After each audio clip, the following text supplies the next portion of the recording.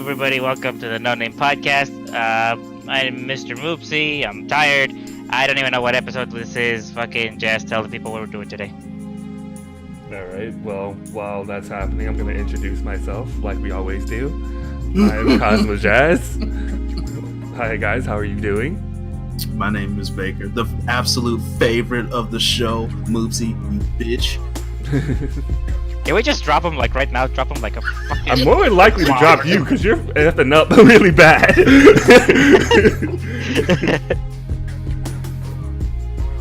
Fuck, goddamn all these trips they keep dragging me on. Anyway, fucking, yeah, episode, what is it? I'm fucking up bad. I will say episode X for now, and I'll put the rest in editing. Put in like a really bad, like, dub of me saying like the number later. I'm gonna like do everything with your voice. You're gonna be all messed up and all like T-Pain stuff. It's just gonna be messed up. Hell yes. But what we're gonna talk about today is something that recently just happened with YouTube. We're gonna talk about Evo Japan and a question I would like to bring to the panel. We're going to be talking about Resident Evil 2 with my review, and if anybody else wants to join on that, that's more than fine. God Eater 3 impressions with Eddie. Anthem having major problems, although I might change that to EA now having major problems due to something that recently just came out. And the MK11 Summit problem that just happened this week. So let's start off with YouTube messing up, as it always does. Usually does it like once a year at this point, doesn't it? More like once a week now. So, just recently, last week, YouTube had gotten into a big problem with people like taking their copyright claim system and making it so they can extort other YouTubers. There was these two YouTubers last week called Kenzo and Obi Raids that got their YouTube channel just completely taken over due to copyright claim, and the person who took them over was asking them for like $10,000 or something like that. And they're small channels, so more than likely they would have to have either paid or just made a new channel at that point, because YouTube barely listens to any of the smaller channels these days. Fortunately, people like Jim Sterling and all these other people got wind of the situation, talked to YouTube, and basically YouTube was like, sorry for that, we'll deal with them, and they blocked the extorters and gave them their channels back. The problem is, though, is that they didn't do anything else to prevent this from happening again. Yeah, from what you were telling me, I was kind of thinking to myself, like, this can just happen again with, like, some other people or the same guys. There didn't really seem to be, any real like repercussions from the sounds of it. Mm-hmm. And they still haven't technically since, but they've done something else instead, which made everybody else mad. But this is something that's actually happened to just recently to another bigger stream people, Game Theory, where they had a video that was based on SpongeBob, and somebody just copyrighted their video, and they asked the person, why did you copyright it? And instead of telling them why, he said guess and left it at that, which is clearly against guidelines, of course, but he shouldn't have been able to do it in the first place. And when they finally got everything done, he copyrighted for no reason, as of course you know. It's because he called Sonic slow, you motherfucker. Yes, and a SpongeBob one. How the fuck is that? Someone just randomly take your video down. Hey man, why'd you do that? Like, you figure it out, fuckface. Like, holy shit. Yeah. Oh my god. That's crazy. It's very messed up. It's also like a very extreme negative step backward from how people were doing. Like, there was this commentator called Just Destiny who took down a 15-year-old's channel down. Why? Because Just Destiny was making a lot of videos talking about younger kids, and the thumbnails above anything else were overt. I don't want to say overtly sexualizing them. They made them overly provocative. Provocative is a better term than sexual in this context. So there's these thumbnails with a bunch of kids on them, and this 15-year-old commentator was saying things about that. like, hey man, like I don't want to accuse you of this, but come on now, like someone, whoever's making these thumbnails, whether it's you or somebody else, and you're approving them, yo, you got to do something about that. Mm. Although it went all the way up to drama alert, but now he took everything down. He sent out a cease and desist letter to a 15-year-old, thinking that that it would have worked. The rabbit hole goes deeper than that. That's like how with Alinity took down PewDiePie's video because PewDiePie called her Twitch thought as a joke. Mm-hmm. In like numerous other cases where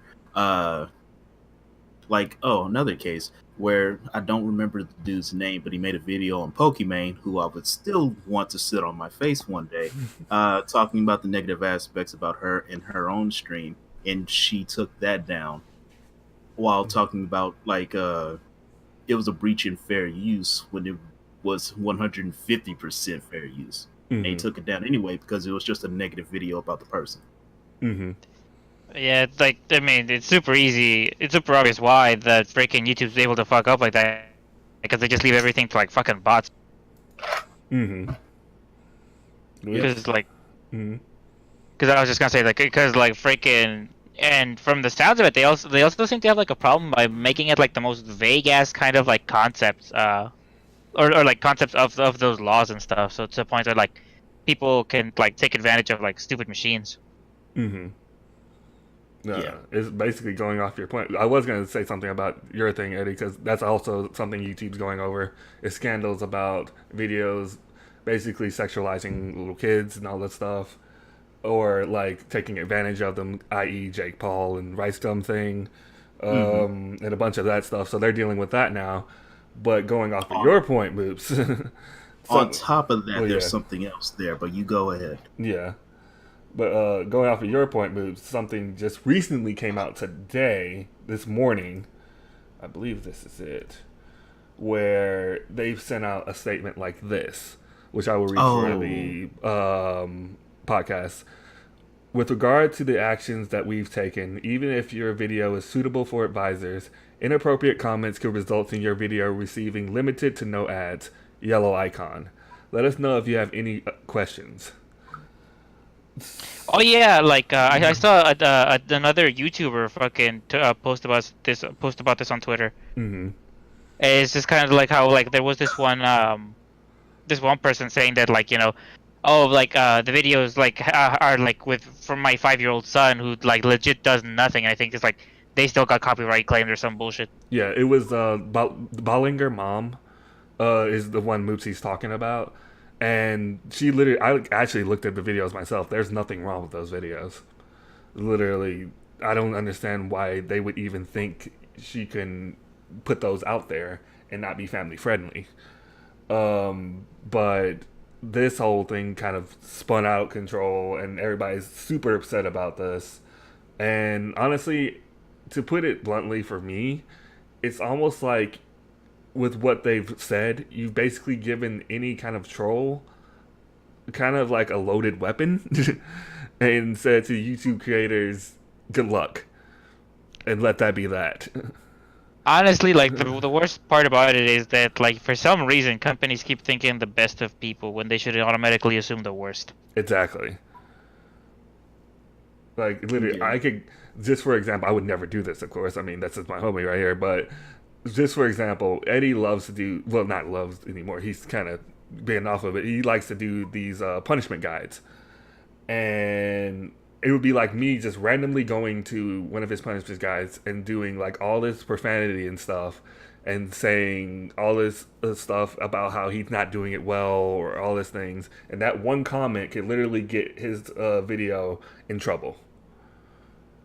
Literally, that's it. So it's like it's not even the person that posts the video. It's just like someone that makes a comment on the person's YouTube, and it's just like that's enough for it to get a strike. Exactly. Or at least not monetized. Even if they were monetized, I couldn't get them monetized if the right amount of people were to be uncivil in the comment section. I mean, wouldn't it also just be easier just to freaking like strike the channels saying the inappropriate shit instead of like the channel with the video? That would be You that would would be think it. that. But see, Oh wait, no. See, here's here's the where you're problem. I'm wrong, fucking Moops. using logic here. I'm using common sense. My bad, my bad. Let me just fucking shove my fucking thumb up my ass and then fucking see if I can reach my brains. Pretty Yeah, much. man. That requires work. Exactly. That forbidden word that YouTube doesn't like. Yep. Logic. No work. Well, that That and too. work. The two horrible words. And Worse it's than like like, fuck. I get it. I get it. I get it if the system was so intriguing or unique to the point where they would demonetize like toxic videos made by toxic channels, up to the point to where it would be a reflection of the community that they're bringing to them. But like you said, if somebody, oh, you mean like there's this one dude who I played in Tekken, like I think maybe like a year or two ago, and I beat him to the point to where it already pissed him off once. So he decided to stalk down my channel, go realize that I'm a Yoshimitsu main, and then proceeded to call one of my sub characters trash and a whole bunch of other profanity. Hmm. So if something like that were to happen and I had that video monetized, but because he came in and did that and it gets It's demonetized, that's Yeah. not fair. That wouldn't be fair to me, Hmm. just because he decided to want to be a dickhead because he got his cheeks clapped by a sub character of mine. Hmm. And even the problem with that is that, let's just say that does happen, but you delete the comment, it's gone. Uh-huh. You can still get in trouble. But what happens after that? Does anybody know? Nobody knows. Exactly. And according to the Bellinger mom thing, you would still get in trouble regardless if you fall in her situation. Because It her almost- comments it are would not be like like- that. It would be like nobody knows what happens, and honestly, YouTube probably doesn't even care. They literally, at this point, they Yeah, they didn't think about this. Let's be honest. They didn't think it through. What they were trying to do was like a really, really feeble attempt at trying to get some of their advertisers back. Hmm.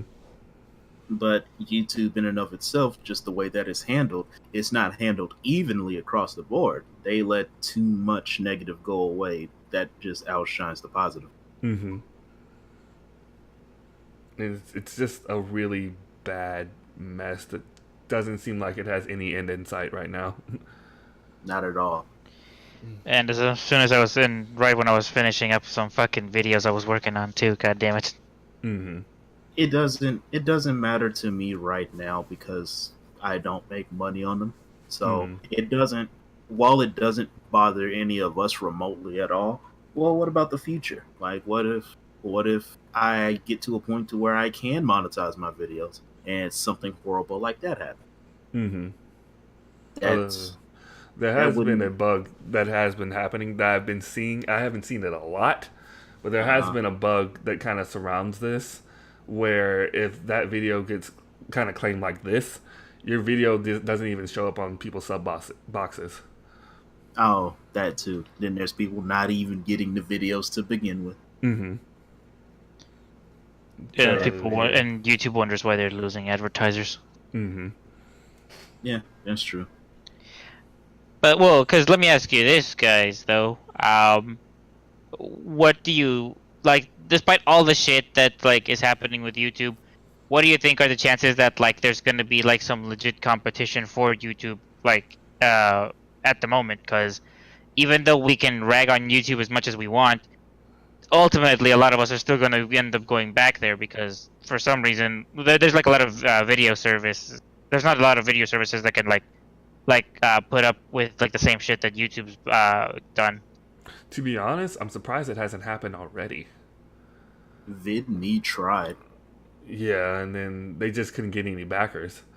And this didn't like the thing. Like the thing is, I think with the way that it's going right now, these things aren't going to happen until YouTube gets to a point where it can't sustain itself.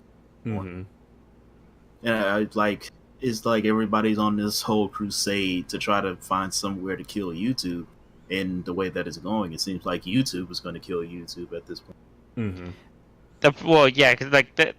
It might be one of those things where it's just kind of like it seems like YouTube's trying to kill YouTube, but at the same time, because there's not much places where other people can go, that it's kind of like it's going to be more of like one of those like fucking rotten ass shuffling corpses, which is like the broken ass husk of old YouTube, and then people still taking care of it, but still hating the absolute crap out of it. Mm-hmm. Yeah, that and these problems aren't going to get solved overnight. It seemed, but I think, like what we were talking about earlier, they implementing these changes with good intentions. It's just that the impact is negative. And to be honest, one thing that would literally make it easier on them is literally letting people know before they do it.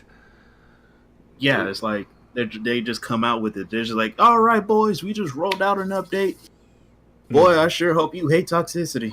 It's like, what does that even mean? Haha, you figure it out, buddy boy. Exactly. Then they start hitting YouTube you with the out. SpongeBob finger guns as they walk out of the room. Mm-hmm. They're snapping their fingers and shit. Mhm. It's all SpongeBob like. Yeah, that's my point. But there was another point that I was meaning to make about this, because there's a. All right, so I'm gonna expose myself here, right? Like, expose him. Expose him! Expose him! Yeah. So I'm pretty sure it's a felony. Shut up. No. Not like I this. swear to you, she was over 18. She was older than me, bro. I'm good, bro. Good.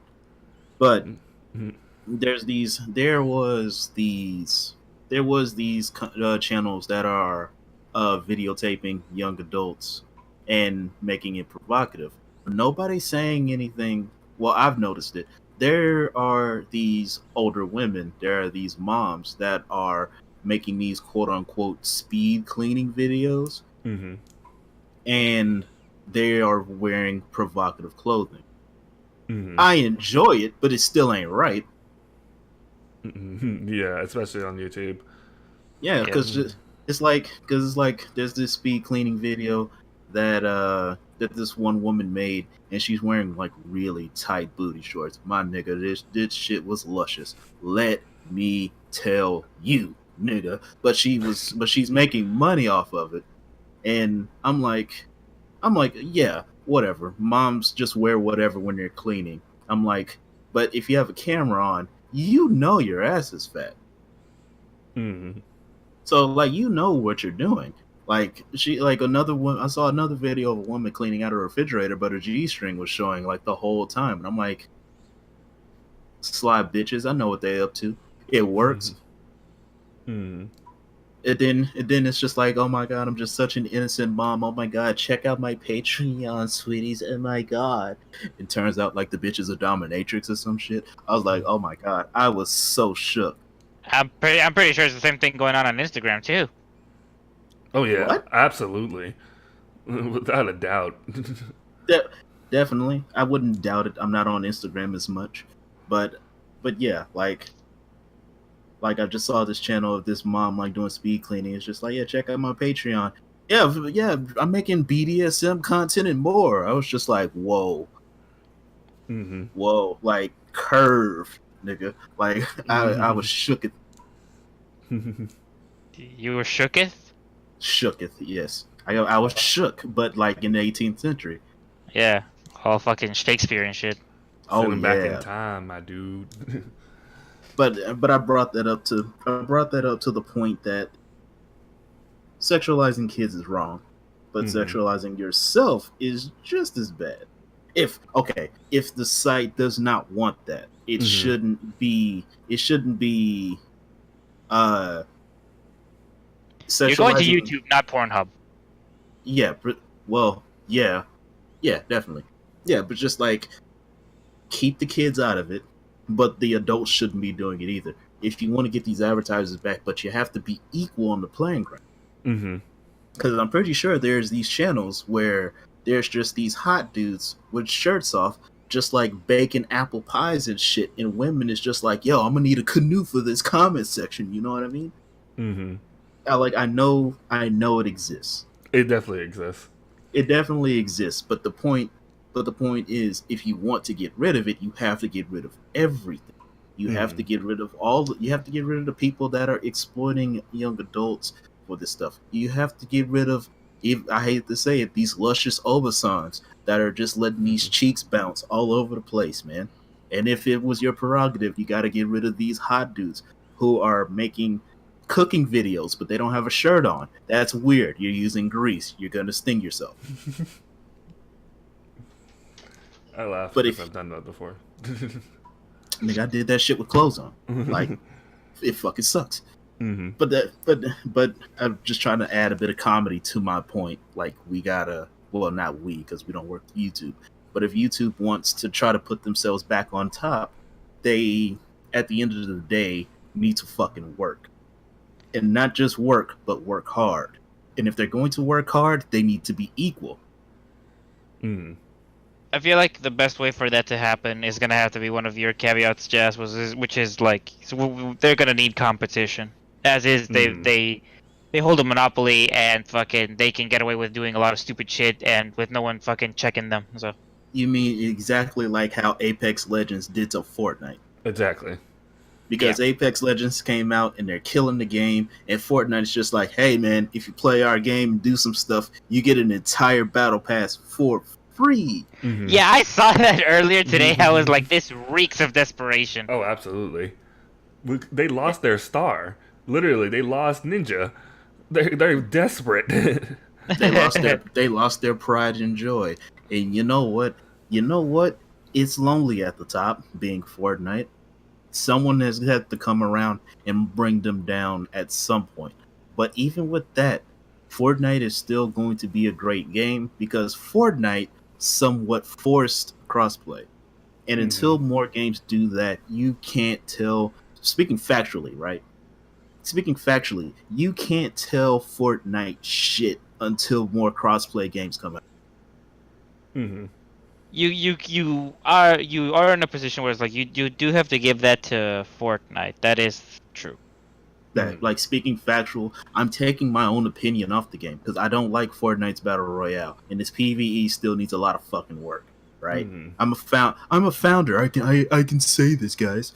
But even then, I'm a Black Steve Jobs. Exactly. But I'm just saying. But all opinions aside, speaking facts with facts, no feelings involved. Fortnite is still the greatest game of all time because it introduced crossplay, something that these greedy companies they would go mad to ignore. Mm-hmm. Like, they have to do this now. It has to be a thing if they want to make more money. Mm-hmm. No. Anything more for YouTube? Get your shit together, or you're gonna fucking be the next Fortnite. Point made. I got another one. You guys got a lot of work to do, and just make sure it's going to be a lot of work, and you need to work hard. An algorithm will not solve this issue. These issues here, an algorithm will not solve. Their algorithms usually cause more issues. Exactly. That's why I say they both need of these to, guys' points. like, they need to work, and algorithms are not working. Mm-hmm. They need to work. They need to sit down with people. They need to talk. They need to communicate. They need to do whatever is necessary to facilitate mission success. Because right now, it's going foobar. Mm-hmm. Yep. Okay. All right. Evo Japan. All right. I'm gonna quickly go through the winners of the big ones. Street Fighter, 7th place. Crusher, as well as Oil King, 5th place. Nemo, as well as Joe Bean. 4th was Punk. 3rd was Pal. 2 was Fudo, and 1st was Momochi. 2nd, 7th was Saint and Book. 5th was Destiny and Jimmy J. Tran. 4th was I'm not even gonna try. And Cherry Berry Mango. 2nd was AK, and 1st was Arslan. Guilty Gear was 7th was Zaidi and Nage. 5th was Lox and Venom. 4th was Machabo and Tomo. That was weird. I don't know why they worded it that way. 3rd should be Tomo. 2nd should be Cha Cha Cha, and first was Samadhi. Blaze Blue Cross Tag, which apparently had the shortest finals ever. Seventh was Goda and Pisa Mayo. Fifth was Noble and Shigi. Fourth was Kiono. Third was Hyde. Second was I'm not even going to try that. And first was Shurigi. And finally, Soul Calibur 6. Seventh was Jashin and Kag Min. Fifth was Shiwapan. Fifth also was Taman. Not going to try it. Fourth was Shin Yoon. Third was SHK. Second was Shin Chan. And first was Keeb. So, the matches of Evo Japan were kind of all over the place as far as streams go. Soul Calibur got the very short end of the stick with a lot of the matches not being on stream because they were trying to show Street Fighter more. Tekken had a lot of matches that weren't even streamed because of the program being down for a bit of them. So people like Kayane and other people had to like Facebook them on their phones. Like the pros do. You know, like the pros do. They take that tape and they watch it over and over again. Street Fighter was apparently a lot of blowups, but also just the same as Tekken, a lot shown, except for, of course, the finals. And Guilty Gear ran very long. That's as far as match things go. Now, is there any one of these finals y'all wanted to like really dive into? Because the only ones I really want to do is Street Fighter 5 and Tekken 7. Yo, a black dude won Evo. A French man. A You mean French Soul Calibur? black man won Soul Calibur. I am lit. so conflicted about that. No, I I've was made my way choice. surprised when you fucking said that like France is like the country for Soul Calibur. I was like, wow, I did not expect to hear that. Yeah, they got some mad monsters, like insane monsters in that game. Oh boy! If a Frenchman challenges you to Soul Calibur, do not accept. It's a trap. He's trying to bait you. Don't do it. Unless you play Valdo. Oh yeah, unless you play Valdo, then go nuts. But what if he's a Valdo main? Oh man, a French Valdo main? That's a myth. That's like Bigfoot or some shit. That does not exist. A French Valdo main? You might as well just put the stick down. Exactly. You win. I was like, I give up. I'm not even gonna try. Why are you challenging me? But any other ones? Those are the only ones I really cared about. I mean, Was like, Soul Calibur and Tekken for me. I only really saw like the Tekken one because by the time they got to Street Fighter, it was like fucking super late. Yeah, it was mad late. Which is interesting because it's like the quickest ones, according to like a couple websites, they were doing the thing. The quickest ones were actually Tekken 7 and Blaze Blue Cross Tag. Everything else ran long. And people trying to tell me that Tekken isn't the greatest fighting game out right now. I don't even play that game that much no more, and I know it's awesome. You look at that. Get a load of that. I'm coming back to it next week. That should be fun. Oh yeah, because one of your freaking mains is freaking showing up again. Whether you stay is a different issue altogether. Oh no, I'll stay for Julia. That like Anna was questionable. Julia, I'm staying, and I'm subbing to her Twitch channel and all that good stuff because she's a nice, wholesome lady.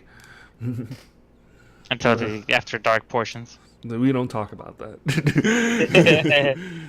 We don't talk about that despite me having a subscription to the service. All right? You mind your business. I have my own hobbies. I suggest you respect mine. But I guess with Tekken 7, the big story, of course, is Arslan. Not being his first Evo and beating so many legends, like 0-2ing them like crazy. And then really the only one we got to see on stream that even came close was Jimmy J. And that's still a part of me thinks he gave that away. No, to this day, I can't be convinced otherwise that Jimmy J did not go to this tournament to win. He came to that tournament to learn. Mm-hmm. That's so him. Yeah, like he did not care about winning that game because he's over here like, oh my god, I'm about to be eliminated, but this tournament experience is awesome. Like A good Kazumi? I gotta Like- analyze this. like you could just tell his body language is just saying just like, yes, I'm getting exactly what I wanted out of this. Mm-hmm. And everybody else I'm is like, losing, "It's but a I minute." still won. Exactly. That Like, is I'll his win total it. mentality. I'm gonna win in the end. Sure, I'll take some L's along the way. Whatever. Mm-hmm. A small sacrifice that I don't care about. Exactly. That is totally his thing. Because like no matter how you spin it, right? Because Jimmy J himself he has personified himself to the point where he could come in top 82 of a tournament and he's still Jimmy J fucking Tran after. Mm-hmm. And that's just how it works. JDCR and Nee got eliminated early, but they're still fucking JDCR and Nee. Mm-hmm. Which it sucks because one of their matches was against each other, which is something I would have loved to have seen because JDCR finally went back to Armor King. Mm-hmm. And the only way you can see it now is like on somebody's phone footage, which is terrible. But it's all we got. It's the best they got. And don't they hate each other? They've had a Or- long rivalry for a long time. Is it like actual hate or it's just like competitive rivalry? Competitive. Oh, okay. There is somebody that JDCR does not like. I can't remember who though. Damn, JDCR not liking nobody? Does not like somebody? Yo. They must have real messed up. He's like one of the nicest guys ever. Yeah, it's like to piss off JDCR to the point you had to spit in his mouth and call his mama a bitch or something. Mm. Yeah, and then spit on her. Mhm. Probably.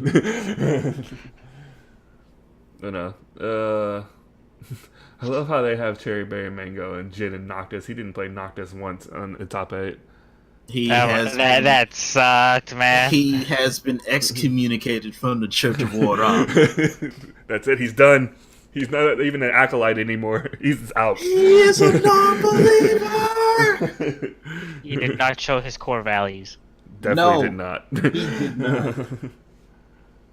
No, Thank you, Moops. You added the first core values memes to this event. Thank you, man. Give you the black clap. Oh man, that's like worth 5 of those. Then, other than that, I mean that's the story. Arslan won. Came out like a Pakistan and be like, I got this.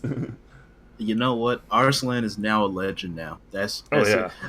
it. You don't go to your first Evo and like you're not your home country, win that bitch, and then be like just obscure into nothingness. That doesn't happen. I do kind of feel like he could just fucking like call the tournament scene right now, and he'd be good for like a good chunk of time for like at least 10 years. Yeah, because it's just like like how many tournaments did you grind before you won your first big one? Oh, that many? I did it in my first one. Mm-hmm.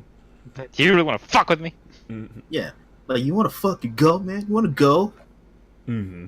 They're just like, no, sir, no, thank you. I'll also put your shirt back on. That's not our core values. This is a public arcade, sir. You're making us uncomfortable. You gotta put this on YouTube. We can't have that. Yeah, that was the big story on Tekken 7's top 8, and we get to Street Fighter, which was, from what I heard, an absolute blowout with Momochi, which is kind of nutty when you have the people he had to play in this one. And then he used Colleen too. Is that normal? I don't remember him as a Colleen person. From what I remember, I always forget who he used prior to this tournament. I know he had Zeku, for sure, but right. But I know from what I remember, there aren't a lot of Colleens, though. That could be from like I'm thinking like last season. But I mean, it's just like still though the fact that he actually won with a Colleen. That's actually like I think it's like the first Colleen to win. Which It's kind of like he. there's a chance that he might have had that whole fucking. And I know I'm kind of like to some people I might be like he's talking out of his ass, and it's like I absolutely am talking out of my ass, but that's beside the point. Because I don't know how Colleen stacks up this season. I haven't really heard that many people say that. Like for example, characters like Urian have really taken a big hit. I know Alex had got some buffs, but people still have been like, but he's too much. He's too much work to make him super good, so I'm not gonna fucking get him. You know, the lazy route. But for Colleen standing, I'm not sure where she is right now. True. You can probably ask Bree, but she's in tournament mode, so I'm not gonna ask her. But no, that was the big one there. Momochi just steamrolled everyone.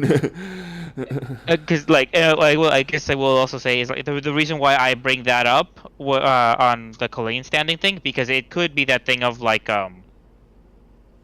because I think Kazumi might actually like fit in the same thing, where it's just kind of like it's people going up against the character that's not used as much, so they're not sure what to do.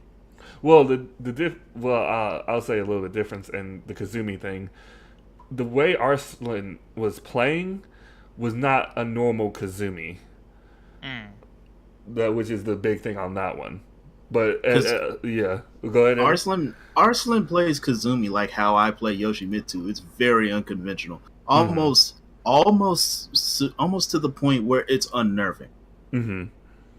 To where it's like, because Kazumi is not an aggressive character. She can be, as we saw, but typical Kazumi players don't play like that. Just like how when you're playing me,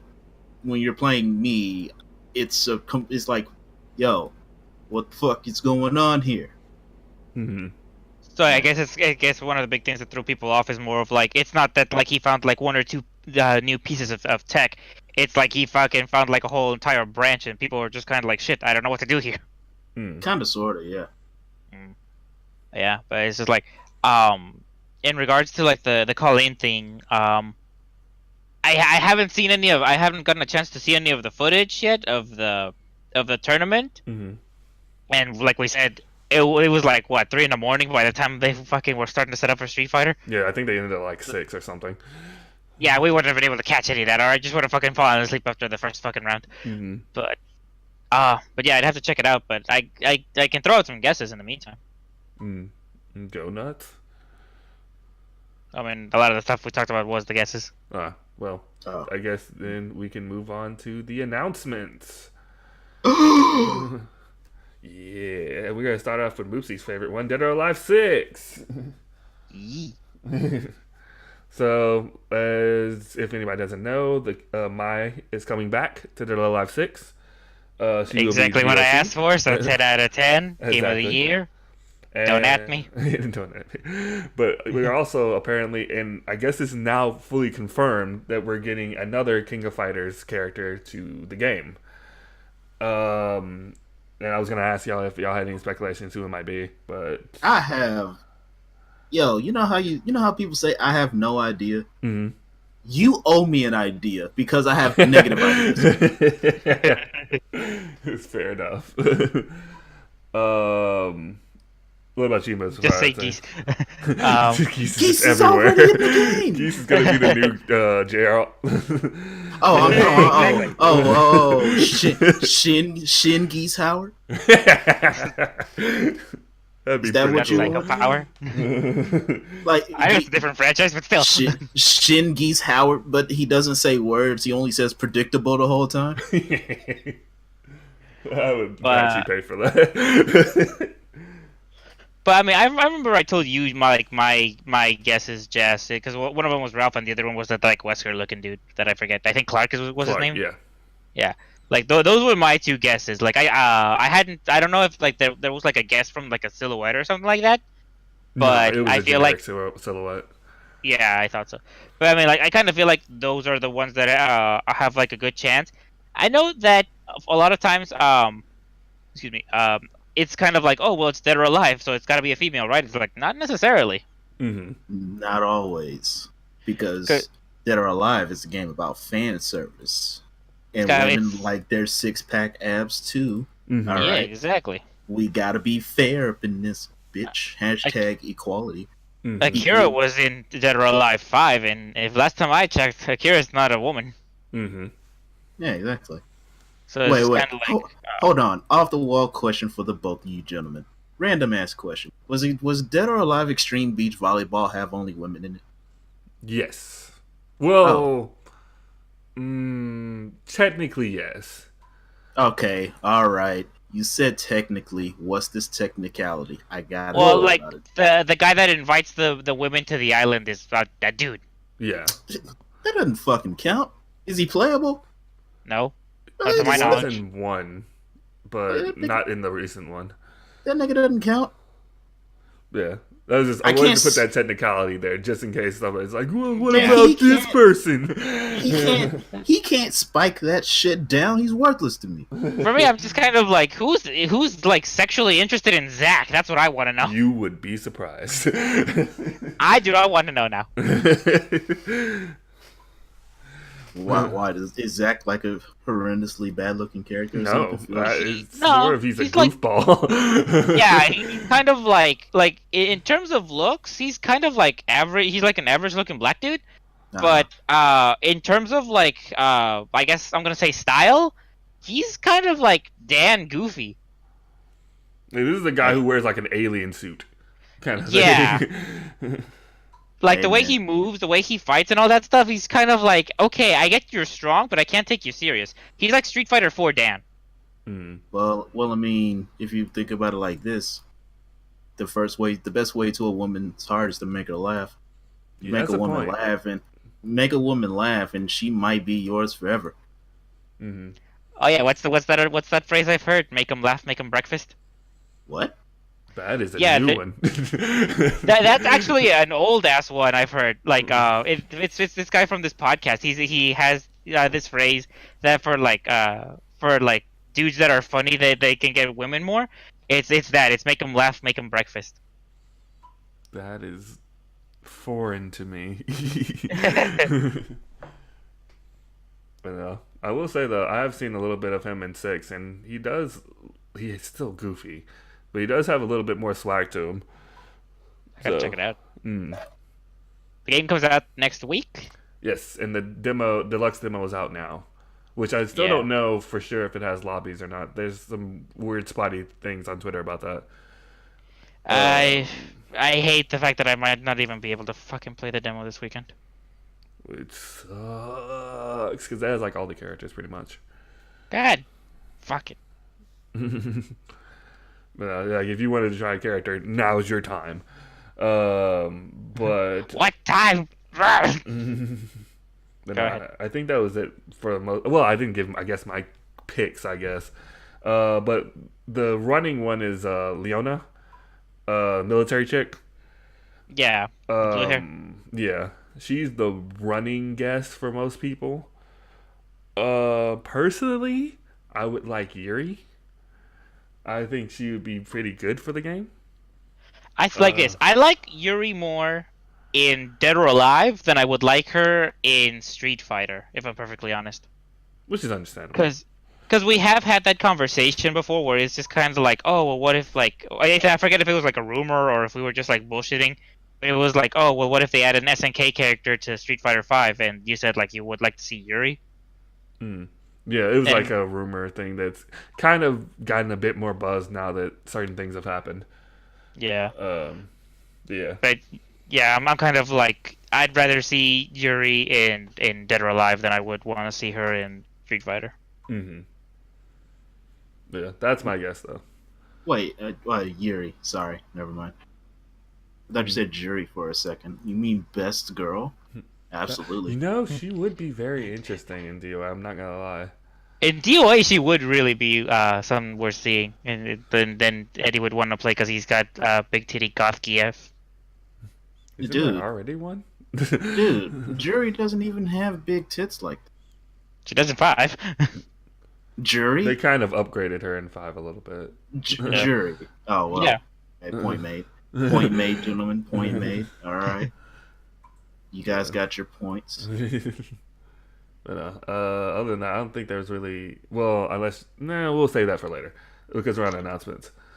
I find Uh, it kind of funny though how is like our guesses for the fucking unannounced DOA character are all from the same group. what, for King of Fighter stuff? Yeah, yeah. I mean, that's what the edition is supposed to be. I'm confused. Oh no, I'm just laughing because like I thought that like your guess was Leona. Oh no, I was saying that the general guess for the audience people is Leona, Ah, okay. but I Because like personally would like Yuri. okay. Yeah, that would be kind of funny if I did say Leona though. Because Just it that would just group. be like this guy like I got the other two and you got the last one. Just that group. Just add them all. This is why your shit's under review for the state because you know too much. Just like, hey, I don't know who this Johnny boy is, but you need to handle that man's stat. Click. Just Like, calling does him he a does he jazz. does he have insider knowledge? Does he have insider knowledge? But I thought you said like his spider knowledge, and I was thinking like Spider Man. what? Great game. Oh no. Great game, but no. I think that was the big things as far as the announcements for DOA 6. Next would be Soul Calibur 6 with Amy. Boo. I like Amy. She's probably going to be my secondary. But I'm not going to lie, I wanted another guest character. Nah, I only say boo just because there's not much. Because Amy's fucking weird. So she's like a vampire or some crazy shit. That's in the future. Yeah, that's in the future. It's weird Alright. here. She has amnesia or something. It's a weird little story thing they're going with her this time around. You know what my Point problem is, is? Amy. You know what my problem is? She's another lolly, and we don't need more She's groomers. definitely not a lolly. She is like 14. What? No. She's damn. She's 14. Yeah, Yeah. lolly. Well, that doesn't necessarily pertain to lolly status, but she is a very young girl, and I don't want these groomers after her. Which, fun fact, I didn't even realize this until somebody pointed it out. That I looked back and was like, oh my gosh, they're right. 2 through 4 take place in the same year. Which, Oh damn. yeah. It's just like, what? It just Wait, doesn't didn't make you tell sense. me that in one of those that fucking Amy's revealed to be like 1400 years old or something like that? 5, yes. Uh, But here's the problem, because even the developers kind of messed up on that. Because when you go to 5, it's supposed to be like 16 years. But when you take that with what 4 was, it doesn't make sense. It should be like 14 years instead. But they said, no, it's 16 years. So it's like, wait, when does 4 take place then? I don't know. Smoke bomb. This is why we're rebooting with 6. Oh, okay, sure. It's like some of us don't even care anymore. You know what? I'm okay with it. And now that Amy has been revealed, though, I think that the leak is true now, which is weird for me, because that means that this DLC pack is 3 girls.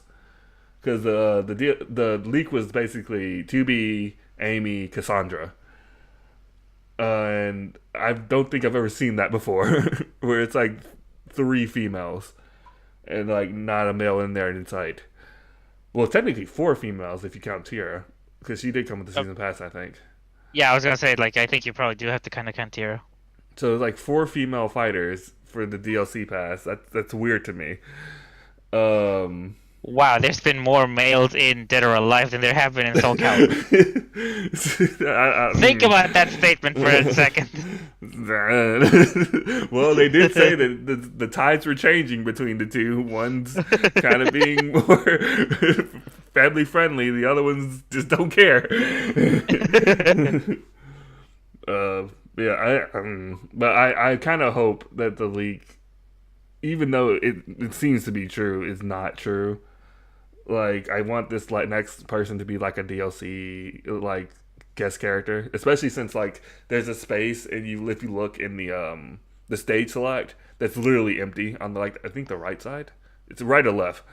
But yeah, it feels like there should be another guest character in that spot, because if we're following quote Tekken 7, every new stage up until next week has come with a guest character. So I was thinking they were going the same way with that. I mean, who knows? Because like they like a lot of times, sometimes they do follow they do follow each other's like moves. Sometimes they don't because like fucking what was it like Dragon Ball has only had like one stage added to its like fucking game since launch. Mm-hmm. So it's just kind of like they don't. And I know that it's like fucking the dude for Soul Calibur. He's like an apprentice of Harada and everything, but it's just like. Mm-hmm. He's also kind of seemed to have gone his own way to like of how he wants to do things. So it's just kind of like you can't necessarily expect it to be like a step by step kind of thing. Yeah. I know. That's really all I had to say really about Amy. She looks nice. Probably gonna be my secondary. That's about it. Fair enough. Well, I guess I could talk about what the DLC that just came out, which is okay. The DLC parts were fine. Oh, right. How much were they worth? Like $4 or something? Or I think so. I got a season pass, so I don't know. because I was gonna ask is like okay, so say it is $4. Would you say it's worth the $4? It depends on what you're looking for. I'm looking for like a decent amount of new costume parts. For what? Male or female? Either.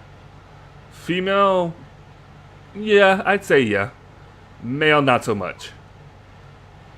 I can live with that. But because honestly, I remember telling Eddie in the chat, like males kind of got gypped as far as like at least good parts. Now, from my understanding, the actual created character models and the character models got some different stuff as well. Like Siegfried got his Soul Calibur 5 outfit, which is pretty cool. So I might have to look through some of the males over there, and maybe that's where most of the stuff went. But just off of just character creator stuff, females definitely got the better end of the bargain. Although I do find it funny that the most scandalous one that the females have was based off of a hentai artist that made one for Lost Swords. And they basically took that design and put it in Soul Calibur 6. Well, nobody's gonna play Lost Swords, so why have it go to waste, right? Exactly. It fit our core values. Exactly. I mean, there it is. But You heard it from the man himself. But I think now I think that's it for Soul Calibur 6, and I'm just gonna really skip over SNK heroines because nobody cares. Upcoming Did PC they actually release. announce anything? It's coming for PC. Oh, who cares? Yeah, that was like nobody cares. BlazBlue Cross Tag, they got a new fate with Arcana Hearts, so now it's like 5 different groups, and they're coming out with a 6th one. People are wondering if that's Guilty Gear. People are wondering if that's another kind of thing, surprised. which would be awesome, really. But it is going to be interesting to see what the 6th one is. This new one, Arcana Hearts, I've never played it, didn't care. So it is what it is. I'm kind of like saying this, because that's one of the big things about it, though, is that it's just kind of like, oh, BlazBlue Cross Tag, we've got all these other universes, like, and it's an Arc Sys game. It's like, what about Guilty Gear? What? We don't talk about that. But then, like you guys made fucking 3 separate versions of that goddamn game. yeah, and then they added like 4 characters, whatever. Not even bothering because I don't Nobody care. Seth, Teddy, and Naoto. Everyone's gonna fucking put Teddy as their training dummy. Don't hurt Teddy. He's just trying to figure out who he is. Definitely hurt Teddy. Well, the Persona guy has spoken, so. Imagine though, it turns out like fucking Teddy's top tier. Oh, not again. God dang it. Stop. Erase this character from the game. Not more bears. Dang it. I tried to get away from you with this game. It's like, I don't want to see more bears in finals. I'm still depressed from last year's Evo. And now we can move on to the final one, which is Tekken 7, with Julia Chang and Negan getting a release date, which will be this Thursday.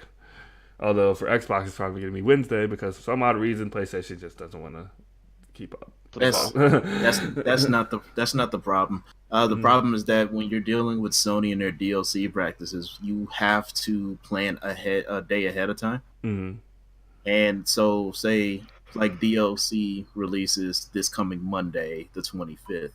Mm-hmm. The PlayStation Store updates at 10 o'clock Central Standard Time, 10 a.m. Central Standard Time. Mm-hmm. So even midnight hits on the 25th, nobody has access to it because the way that they explained it to Sony is that it releases at this particular time. So it just releases when the store up. Because what Sony can do technically is like how they do midnight releases. Mm-hmm. They're not doing midnight releases. That's how they lock the content, and then it's like when midnight hits in your respective area, that's how you're able to access it at your midnight. Mm-hmm. So the way that Namco's DLC practices work is just like that, unfortunately. Mm-hmm. Either way, it sucks. But It does suck. It's like you can explain it all you want. At the end of the day, it still sucks. I just know why it sucks. How about that? Mm-hmm. But I think we all had fun with that trailer. Oh man, I enjoyed the fuck out of that trailer. It's just like I just say, like, how can you tell? Better go on. But and I'm definitely looking forward for Julia, and now surprisingly Negan a little bit too. I'll probably try him for a week. You just can't wait to fight all those Master Ravens.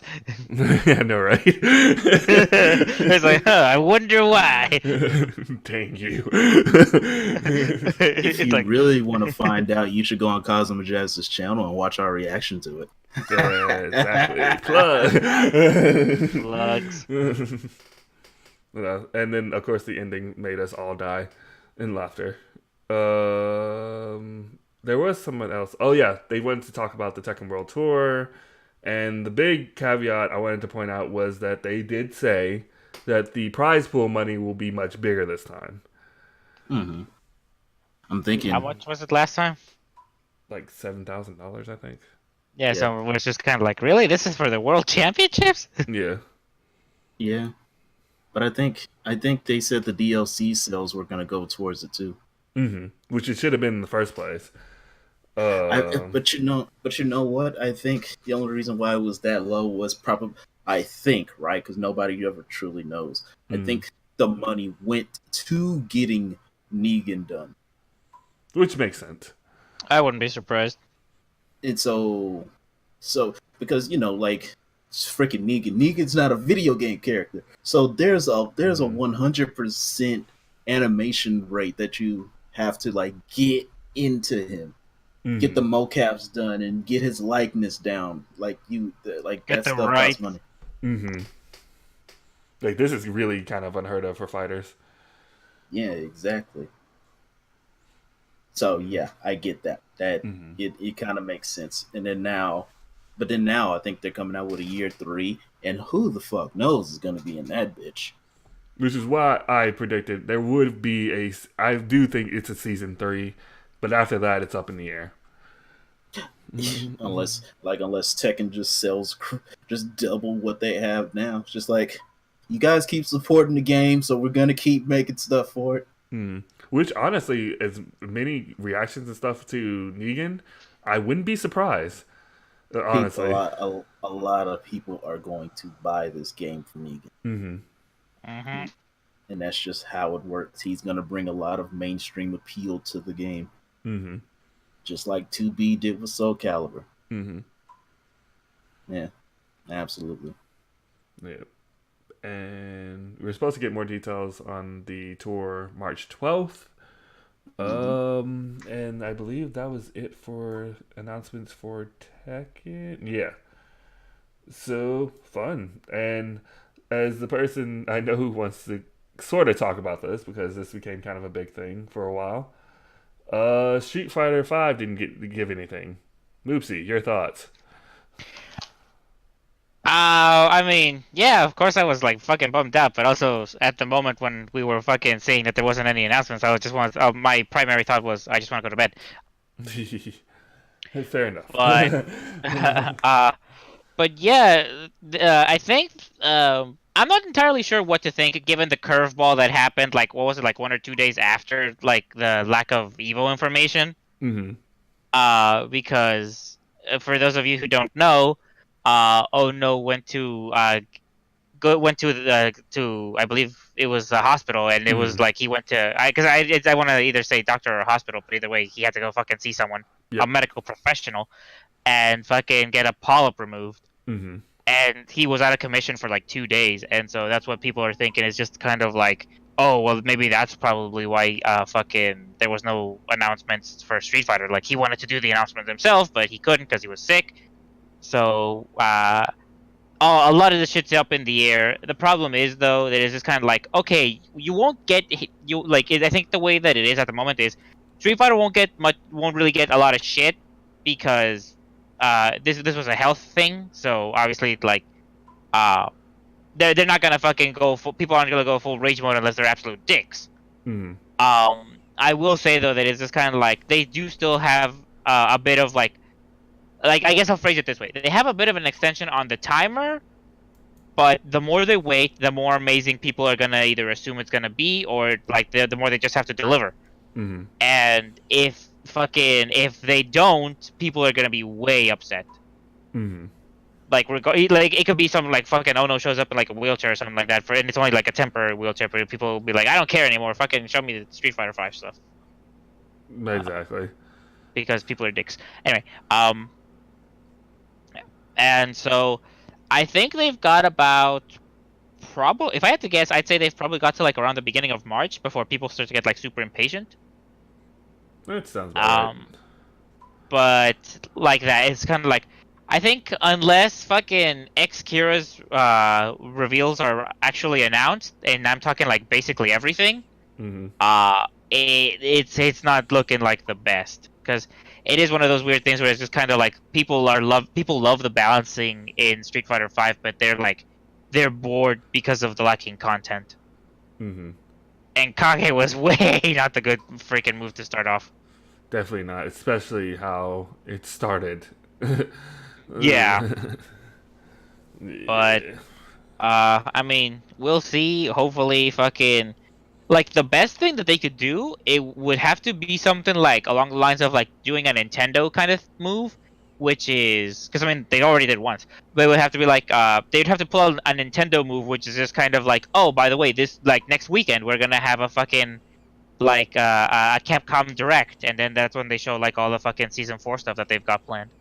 Mm. Which they could at this point because they have a lot of stuff coming.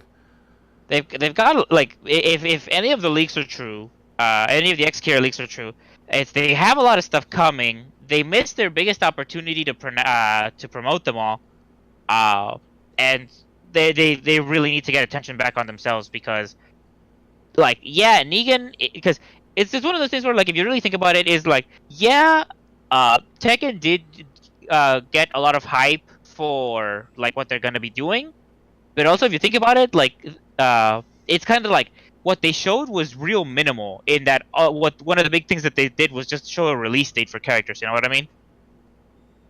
Uh, for your sake, sure. Well, because like what I'm just talking is just kind of like you already knew a lot of this stuff was coming. All you really did get was like a release date. Well, I won't agree with that because we also saw that we got new stages as well as Julia gameplay because we didn't see that last time, and more of Negan's gameplay as well, including like a lot of his setups and whatnot. But like for your sake, as I Fair can enough. say, like, I was like, sure. Don't patronize me. Oh, me? No. But I mean, like that's my stance on it. But at the end of the day, it is all what it really is just like fucking. I think like the smartest move would have to be just like have a Capcom Direct, because they cannot wait for like another fucking big event, or they can't wait for like another tournament or whatever. They have to have just like a fucking like they have to have a show. It was like what I was trying, like sort of what you were going to, but at the same time, I was like, I was saying that more because they have so many games out now. Like they could show more for Monster Hunter, they could show more for Resident Evil. Then Street Fighter could be their big last thing with a bunch of stuff. That's also true because like they imagine they could also they could show some like Iceborne content. Mm-hmm. I don't know if like they've got anything else planned for like Resident Evil. Mm-hmm. Because didn't they just release like some of the DLC? Yeah, they released like the first DLC thing they were gonna do. Apparently, they're working on more, but we don't know what that is. Yeah, so it's just kind of like there's a bunch of like details in the works and all that shit that like I'm sure that they've probably got. Who knows? Maybe they might even have like another Mega Man like in the works or something like that. Because like it's not that like because classic Formula Mega Man is not like the hardest game I would say it is to make. At least given like modern standards. But yeah, they need a direct, and the farthest they can wait is till like the beginning of March before people get impatient. Regardless of Ono's health. So, let's get into the controversy. Yay! DOA. I was gonna say, like, which one? I know, right? Is it our precious core values? Yep. This is for those core values all over. Oh, yeah. I'm gonna need those game show girls to be here so that I can show like the core values. Got money? Well, damn, the one flaw in my plan. How did you know the flaws in my plan? Do you have any money? Drats foiled again.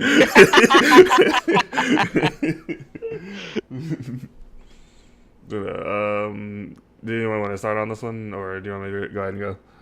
I think you should probably go because fucking I missed a lot of Evo that weekend. So Dead or Alive was doing their showcase. They had the main like spokesperson dude there. I can't think of his name.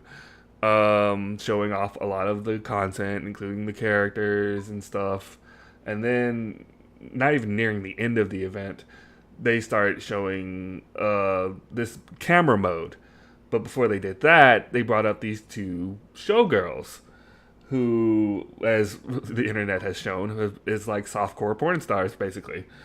And they were doing a lot of scandalous stuff there on stream. And like smacking each other in the butt, like all this other kind of stuff. But then these things just represent our core values. Let me just say that. I can concur. But then, like, once they got done with all that kind of stuff, they started to show the camera mode in the game. But every time they were showing the camera mode, which basically stops everything in motion, it was always very sexualized positions or places for the girls. Showing upskirts of Mila when she was doing like her hop kick thing, showing Tina when she was doing throws in a scandalous way, and then finally the cherry on top was when Bass powerbombed Neo Tengu. And when they did that, basically they stopped it at the part where his face was basically right there in her area. in her crotch. In her crotch, man. Yeah. And they stopped on there for quite a while. And apparently Mr. Wizard was going frantic even before that happened, going left and right at the actual Evo event to tell people to shut it down. And they finally ended up shutting it down at that moment. However, it was hilarious because when they shut it down, you know that the screen kind of stops on its own. So a lot of people's screens were just stopped on that moment with no sound. And some people, I'm sure, were just like, and screenshot, and... Practically. Screenshot and save. All right. This is going to the hard drive. But then, as we say with the core values joke that we've been doing, Mr. Wizard did a tweet that he deleted, like, I think 10 minutes later. Talking I about, wonder why. Basically doing the whole esports thing about, we're sorry you saw this. This is not based on our core values as an event and all this blah, blah, blah, whatever. And I wonder if I can find like a proper picture of what I think the FGC is like. it didn't help the fact, though. Like, obviously, deleting it did not help at all. But it didn't help the No. fact that he had Markman do a public apology on stream about that, what happened. Especially since you had Tasty Steve on the other side being like, I can't believe we're doing this. Like, he had the face of, why are we doing this, basically, that entire time he was doing the apology. I'm not gonna lie. This is what I'm pretty sure everyone in the FGC sees themselves as. If it That hopefully wasn't. loads. No, Oh. I don't think that wasn't the problem. That wasn't the problem at all. The problem was that Mr. Wiz took it down because it was Pretty sexualized much. content. But it was a bunch of people having fun. Mm-hmm. But to the same token, we just saw somebody get the inside of their face ripped off, and Mr. Wizard is just like, Exactly. bravo, bravo. No, This yeah. is amazing. This represents our core values. Yeah, because it's one of those things where it's like it's hypocritical as all shit. Where it's just kind of like, oh, all the other games that have like sexually explicit characters, like fucking Tekken, like fucking Street Fighter, is like, oh, those are all fine. Fucking like, and I will almost argue that like from what I did see, because I did see the Neo Tengu one, I almost feel like that one's just like a bad time for them to fucking Like, this is where they To- want to to hop try to on this camera high mode? horse. Yeah, This it's just bad timing. Ultimately, it's just bad timing, and then like for them to go like, oh, this doesn't affect their core values. It's just kind of like you got shit like this fucking picture, and it's just kind of like that's what your core values are ultimately. Don't fucking give me that shit of like fucking like we stand for something greater. Mm-hmm. Plus, Frank to has that add by the on way. top of that, this is Japan. Literally, Oh, what do you yeah. expect? They're completely different over there than we are over here. You should Yes. have known ahead of time. Like fucking like how because it's funny you were mentioning like how the fucking women that they had at the event were like softcore porn stars, Jazz. Mhm. Because the thing is that it's just kind of like I'm pretty sure some of them get TV shows.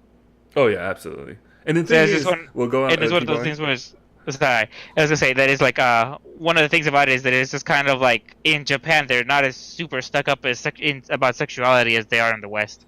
Exactly. And I honestly, you can't tell me because of the way he reacted to this, you can't tell me they didn't run this by him first. You cannot tell me that. He Literally. runs the tournament. So it's like he runs the stuff that goes on. Literally, you can't tell me he didn't know this. And all of a sudden now they're showing this, unless for odd reasons they just went off script for some reason, which I kind of doubt, but it could happen, I guess. But No, even then, it's like go ahead. I was gonna say like I doubt it because it's like for Japan they're not as hung up about sexuality, but they are super strict when it comes to their work ethic. So it's just like I can't imagine that they fucking went like, okay, let's fucking go off script for this. Exactly. Like that right there is why I say I really doubt they went off script. You knew what was coming, and you just panicked now because you're just like, oh, wow, they're actually doing this. Is it possible he might have gone a little less JW? Nah, he just wanted the No. esports money. Yeah, I will say that. It's more of he was panicking because sponsored, blah, blah, blah, whatever. Right. Only reason I ask is because I kind of have been seeing some stuff on the internet about how that shit's kind of like starting to spread in a bad way. So I just wanted to sort of clear that idea about that. No. I mean, knowing him, like, I don't think that's the route he's going. I really do think it was just of, oh my gosh, my brand might be in trouble, not really thinking about what's really going on here. Right. It's just like my money. Exactly. Which, I mean, it is his money, but... It is his money. That's absolutely true. But to the same token, we're not the one. Like he had like a moral issue at some point because it's like, yeah, man, like a new fighting game. Cool, this is awesome. Man, the sponsors might not like this. Let me get rid of it. Exactly. And that's gonna out Yeah. him. That that outs him as like a two-faced individual because you can't tend to both audiences like that. Mm-hmm. Yeah, I don't know, because I would say that I feel like he should have just like appealed to like the public, to the crowd more than like the advertisers. Although I will say, let me, because I feel like one of the big things about it is because he was also getting crap for like the whole Mortal Kombat thing. It's just like this is like the most photorealistic Mortal Kombat to date, and it's just kind of like, but this is in keeping with our core values. And meanwhile, there's like a little sexual stuff, and it's just kind of like, nope, that's too far. Like if it were me, and I would like, let's just say that happened or whatever, and before the tweet, if I was gonna tweet about it, I would have said something on the lines of maybe Twitch guidelines things. Maybe it doesn't follow under that per se, just to Like- save a little face there. Yeah. Because Twitch guidelines would have made more sense. It's just like, hey, Twitch doesn't exactly like this, so we had to like cut it just to, hey, just make sure we're all good. Mm-hmm. I forget, But- Eddie. Do you watch What's up, South bro? Park? Yeah, I used to. Okay. Did you ever see the ninjas episode, the ninja episode, the one with the weapons? I think so. Yeah, The one where like they go for like the super like actiony looking anime episode? definitely. Okay, yeah. It's basically that. Like there's all this fucking violence surrounding like the fucking video games. Nobody says anything, but like the moment they see Cartman's dick, everyone's just kind of like, this is what we have to be outraged about. Yeah, Mm. definitely. It's basically that, but for like real life. It actually happened. An episode of South Park happened in real life. Mm-hmm. Also, I did want to point out that somebody was like, "Oh, it's also because of the kids and whatnot." It's like, kids are asleep at this point. I was asleep at this point. We were fucking like injecting ourselves with adrenaline just to stay awake. So like, think of the children. I'm like, isn't this an 18+ stream? Like, yo, come on. Mm-hmm. Come on. Why are you letting? It's like sounds like someone's an irresponsible parent. Really? Yeah, right. At that point, I mean, is it Like, I really can't your believe fault my at that child was point? exposed to this. I'm like, why did you expose your child to this? At 3 a.m. It's like you tell me, it's irresponsible parent. Definitely. I'm with you boys on that one. Although that said, I will be an irresponsible uncle. So Oh yeah, I'm completely on that train. We're uncles. We can do that stuff. it's up to the parents to pick up that slack.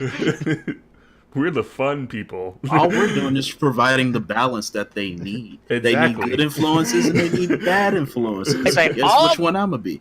All I'm doing is I'm waiting for when my nephew turns 8 so that I can show him footage of Doom Eternal. There you go. Oh wow. Yin and yang. Wow. Hey, I played Doom 2 when I was a kid and I turned out fine. I started with Nightmare Creatures when I was 6. I'm fine. They'll live. Suddenly me playing Resident Evil for 30 seconds on the PlayStation 1. Just like, okay, yeah, man. You had the biggest jump scare in the world was in Resident Evil 1. You'll be fine. I swear to God, the first, like, I don't know what point of the game this was in. If my memory serves me correctly, I was just surrounded by fire, and there was a zombie crawling towards me, and I was just so terrified because I'm like, what the fuck is that? Why is it on the floor? What is going on Why here? is it moving? Yeah, I mean, well, it's just like I'm fucking 6 and I'm just kind of like, oh man, I love this game. As I'm fucking blasting fucking like shooting shotgun into dudes and turning them into mush. Mm-hmm. Well, I'm just like beating people with sticks and making them their heads pop off. It's like, yeah, Fun. I mean, there also was this one time playing San Andreas, and I chainsaw some dudes. There you go. Like, you know what I mean? Or, no, wait, I also remember playing Mortal Kombat 2 with my brother when I was like 4. See, we turned out See, just there fine. you go. Core values. Yeah. The chorus of values. No, do we want to talk any more about the controversy? It's a stupid thing that we're just turning into a meme for fun. Let's Pretty go. Well, there was one question that popped up, which is the debate question. I kind of wanted to see y'all's point of view on this because Justin Wong was texting on Twitter about Evo Japan, and he wanted to know if Evo Japan should be really known as winning, quote, Evo. Yes. Because we have Evo here, which is known as Evo Global. versus Evo Japan, which is over there. And a lot of people aren't really gone to that. Plus, it's a newer event. Well, guess what? Guess what? If they didn't want people saying, "Well, I won Evo Japan," well, guess what? They shouldn't have called it fucking Evo then. It's Which one of is those fine things. because it's like you can call it you won Evo Japan, but is it right to say you won Evo? Is the thing.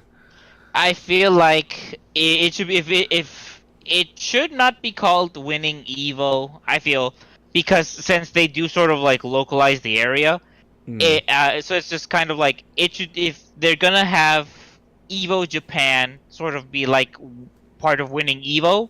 Mm-hmm. Then then they would probably have to do something like, okay, well we'll call Evo Japan like Evo East, and then we'll call fucking Las Vegas like Evo West or something like that. Mm-hmm. And then maybe like too. make and then maybe make like a third tournament which is like legit Evo Global or something. Mm-hmm. No, because that was a very interesting question. I disagree. Why would they? I'm just saying, why would they even call it Evo in the first place? If the one thing they're gonna do is try to diminish the hard work that the people put into that event, only just to be told by some faggots on the internet it doesn't count because it wasn't the big one. Yeah, because that's what I'm saying though. It's just kind of like because since it is diminished because they give it a region versus like regular Evo, which is like that's the one that's supposed to be global, but then it's like it goes untouched, and it since that one's known to be like the global stage, there's problems with the branding, is what I'm saying. Like, because the way I was thinking about it was, yeah, it's Evo Japan. Yes, it's known as Evo. But the giant difference between Evo Japan for me versus Evo is the amount of people that attend Evo versus Evo Japan. That's fair. But if you want, but my point against that is if you want to build yourself as a major tournament area, right? The first thing you do not do is diminish the credits of somebody who won another major tournament just because it wasn't your preferred one. Evo Japan is still a very major tournament. Yes. That's fucking stupid. It's fucking stupid to say, well, your Evo Japan win doesn't really count because it was in Evo Japan. That diminishes Japan, and that's why they're winning Street Fighter V now, because of that attitude right there. Well, it's not really the fact that like we're diminishing. I was memeing that last. Can I also add to your meme? And Yeah. that's why they get hotties on their streams. They represent our core values. Exactly. All right, I'm sorry. Go ahead, Jay. But no, it's not like I'm quote diminishing Evo Japan. Or at least not us. Yeah, exactly.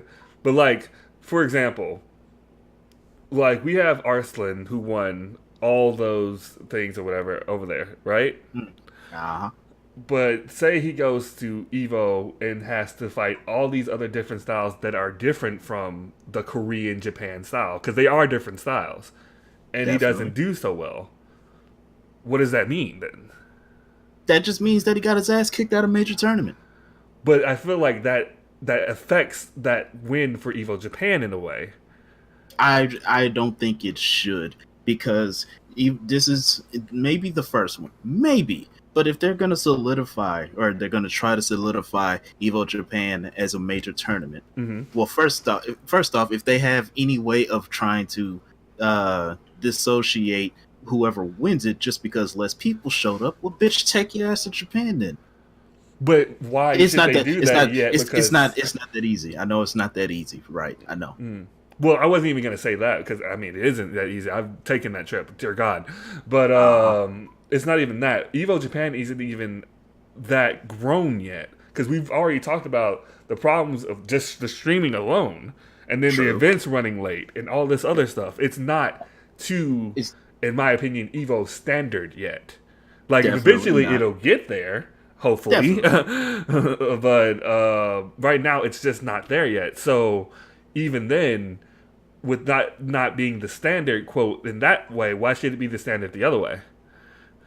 I think one of the things I do think also is that, like, if they do want to have some value to Evo Japan for like the people that win at those tournaments, one of the things that would definitely I think would help is if the casters just like flat out label them Evo champions, like they don't say Evo Japan champions. Which is that's a whole other thing because they do Evo Japan champions.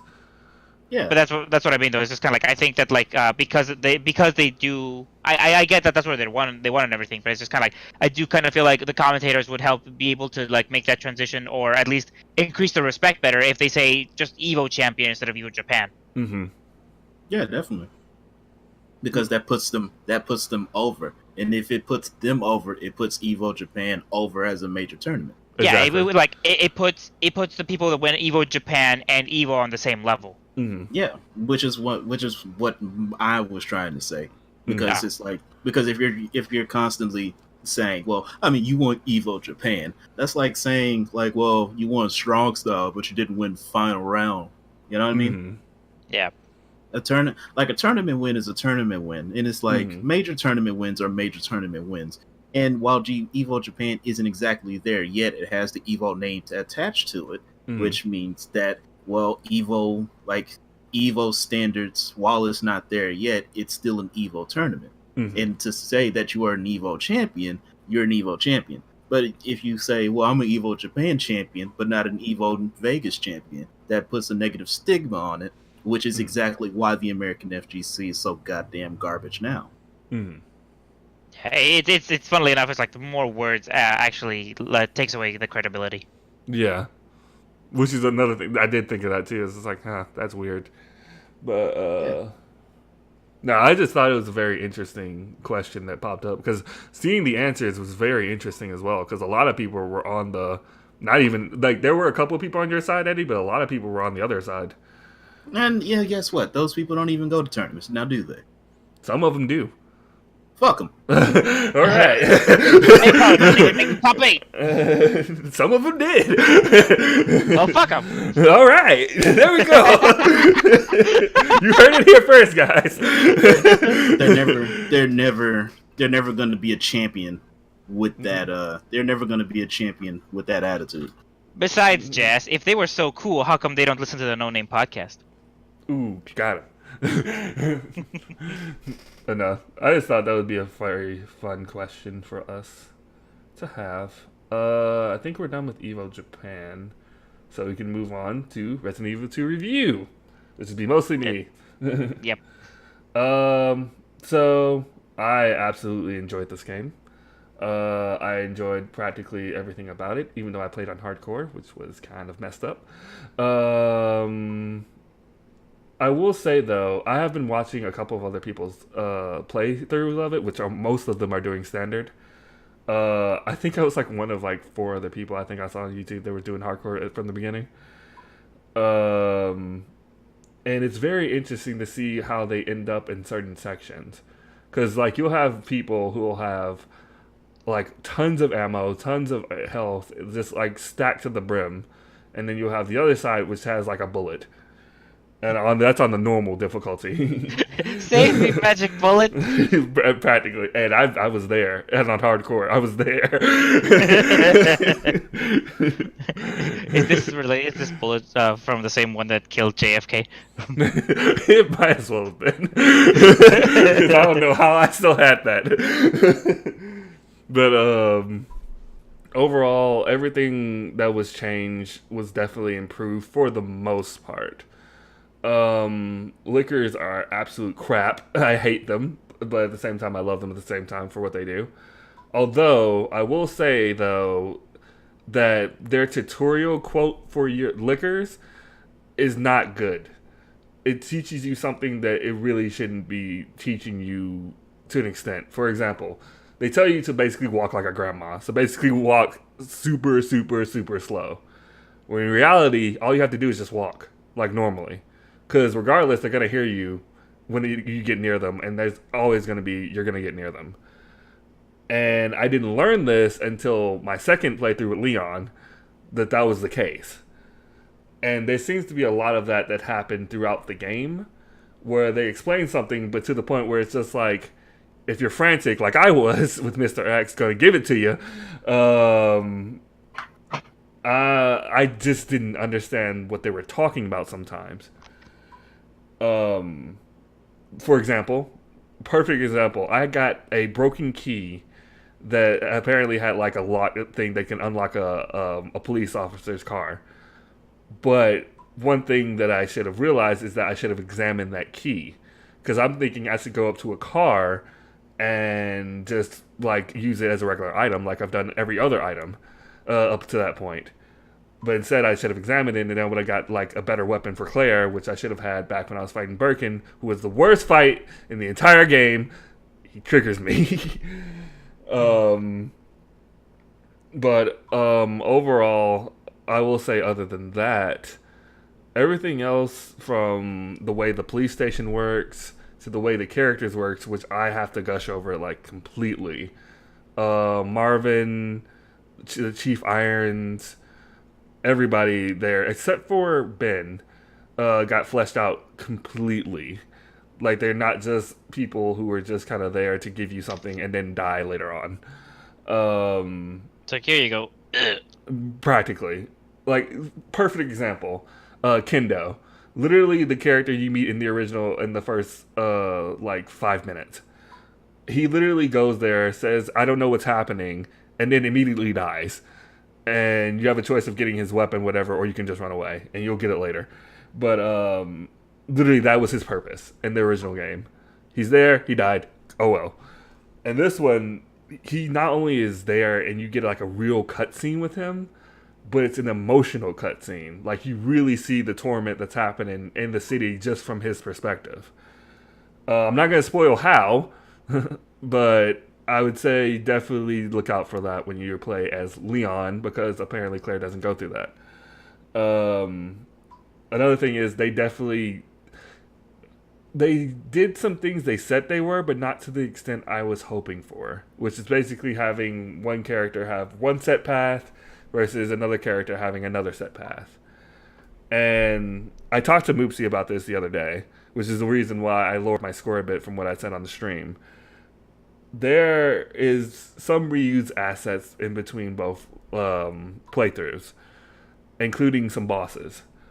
And this is fine to an extent until you get to one particular boss, which Eddie saw me rage completely to the point that I quit the stream.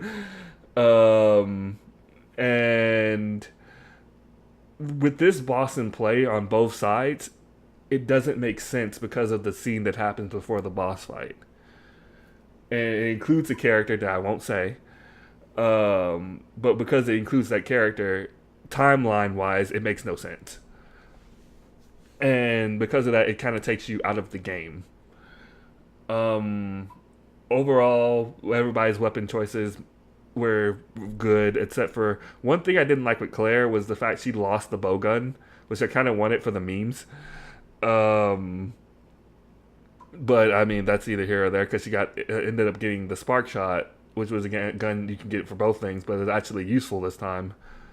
And then dogs were kind of interesting with both sides. One being with Claire, they seem to miss all the time, and with Leon, they never missed. And I swear to God, Eddie, if you say what your that slogan, I'm out of here.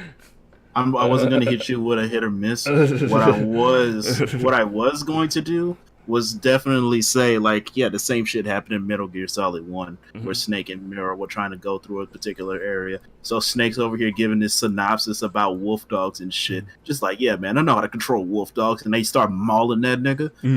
But the very second they start looking at Meryl, just like, oh my God, what a beautiful girl. Like, kinda, in a way, yeah. So like, yo, I won't stand for this. I think, honestly, for anybody who really wants to like play this, just start on normal. Don't do hardcore. Like me. I honestly, the only reason I did hardcore was hardcore necessary for like a platinum trophy or something. Yes. Ooh, guess who's never playing that shit? But the funny thing is, even if you did hardcore from the start, you would have to play normal eventually, because there's something I didn't find out until way later. Is the space managing thing where you get the hip patches? You only get 3 of them in hardcore, versus normal, you get like 5 of them. Nice. So, and that's one of the trophies is to get 5 of them, and that you couldn't do that in hardcore, so you had to play normal eventually. Yo, that is so convoluted. Yeah, it's weird. It's very weird. Although it does go to another point I was trying to think of, and I'm glad you said something about it. This game brings back something I don't think I've seen in a while, as far as like a game like this has, and that's dynamic difficulty. And for anybody who doesn't know what that means, basically is depending on how well you're doing in a game, is how difficult that game is going to be. Oh, wow. Mm-hmm. So it's like playing against Ivy and Soul Calibur. It's just like, yeah, congratulations, you played our game. Here's a free ass kicking. Exactly. Like literally, and you see this mostly in like fighting game arcades. And I thought you were gonna say in life. in life as well. Definitely. True. Bro. Bro. Facts. Hella facts. But just to put it, for example, the level of difficulty goes from 1 to 9 with Resident Evil. And if you do normal, it goes from 4 to 7. And it doesn't go any higher than that or any lower than that. If you do assisted, it can go from 6 to 1. And this is all depending on what you have at the time and your health, basically. So if you have like 60 bullets and about caution health, you'll probably be like a 6. But if you have 61 bullets, which means that you have something and a space that that's taken by 1 bullet, it could go to a 7. And that's like the amount of difference that literally can make it go from like, oh, this is fine, to, oh my gosh, this is very hard. And on hardcore, it literally goes from 8 to 9, and it switches in between. And it literally does it practically based on what you have at certain points. For example, the first boss fight, you can literally go without getting your secondary weapon, which for Leon, it's a shotgun, and for Claire, is a grenade launcher. And it'll take that into account with that boss fight. If you don't have it, the difficulty will be lowered so that you have a chance of beating that boss. It's not saying you're going to beat that boss with everything's there, because you could have really messed up and not have nothing there. But you have a chance now without that sub-weapon. But the second you get that sub-weapon, it jumps. Like, pretty drastic. Like, for normal, if you don't have it, it goes down to like 5. But if you do, it goes to 7. So that's basically how dynamic difficulty works, and how it kind of works with Resident Evil in a way. Because literally, it could also work with how many enemies you've killed.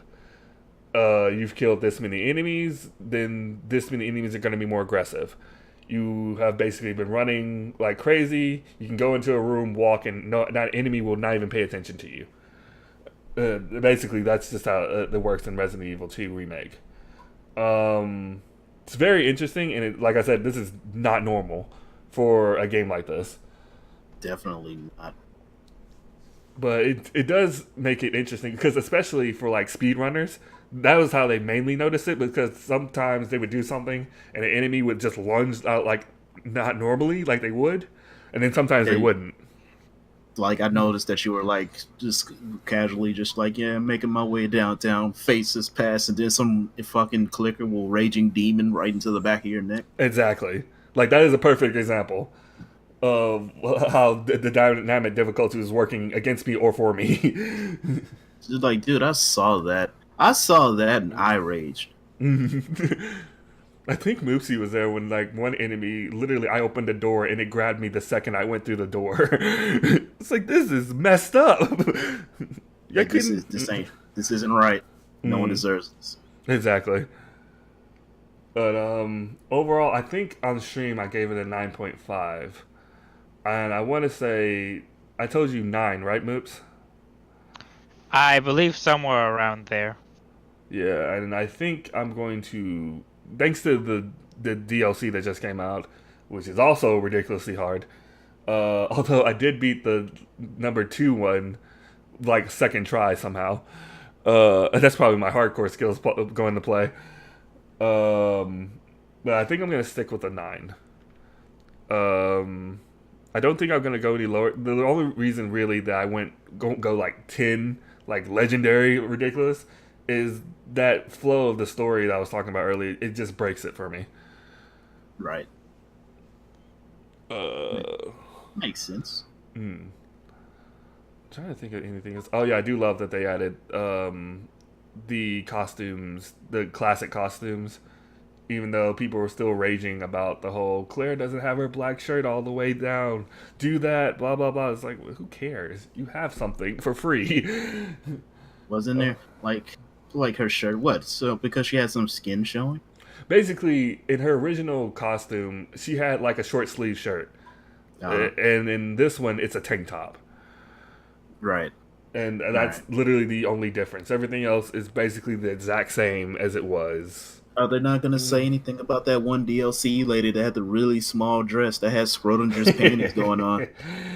Oh, Man. but we're not talking about that. Yeah, I mean, she was. I can't say what I want to say, but she. That Cause was quite the DLC. she was cheeked up, nigga. Like, yo, don't worry, Jazz. I'll say it for you. Thank you, sir. Yeah, she was hella cheeked up. I'm just like, yo, it's like this is a zombie apocalypse. Shit has just hit the fan. I doubt she cares about how short her dress is right now. Yeah, absolutely. And it was interesting, though. Actually, I'm glad you brought her up because that actually brings up a point that I never thought of Uh, until she became a player in the game thing or whatever. I didn't uh, know that she was Ben's girlfriend, who I said didn't really get fleshed out for mhm. a good reason, in my opinion, but some people might not uh, think it's good, but whatever. But I didn't realize she was his girlfriend because that totally changes something that happens in the original. Because I think Ada was supposed to be his quote girlfriend, but she Mhm. was lying to Leon, so she was basically just taking her place. And I didn't realize that until somebody pointed that out to me. It's just like, oh wow, that's kind of messed up. Um, But yeah, overall, I won't spoil why Ben's is good though either, because that one actually is gonna get a lot of people. Yeah, that'll rattle a lot of cages. mm. Definitely. Going back to the whole panic thing, there was a section in there where Ben is, where I totally went in the way of danger and got messed up real bad. But then I saw somebody else's playthrough and saw that I could just go gone around. I was just thinking to myself, well, that's stupid. Oh, wait, why would you do that? That's like the worst idea. So this is the worst timeline. The sad thing is, I actually went back without playing on stream just to do that, so I could save ammo and stuff. So it's like, man, Just kind to of need it. get another personal best for yourself. Just, yeah. It's my run. Although to be fair, that probably raised my difficulty again, so it is what it is. Whatever you were suffering before, you're gonna suffer during, and you're always gonna suffer afterwards. Exactly.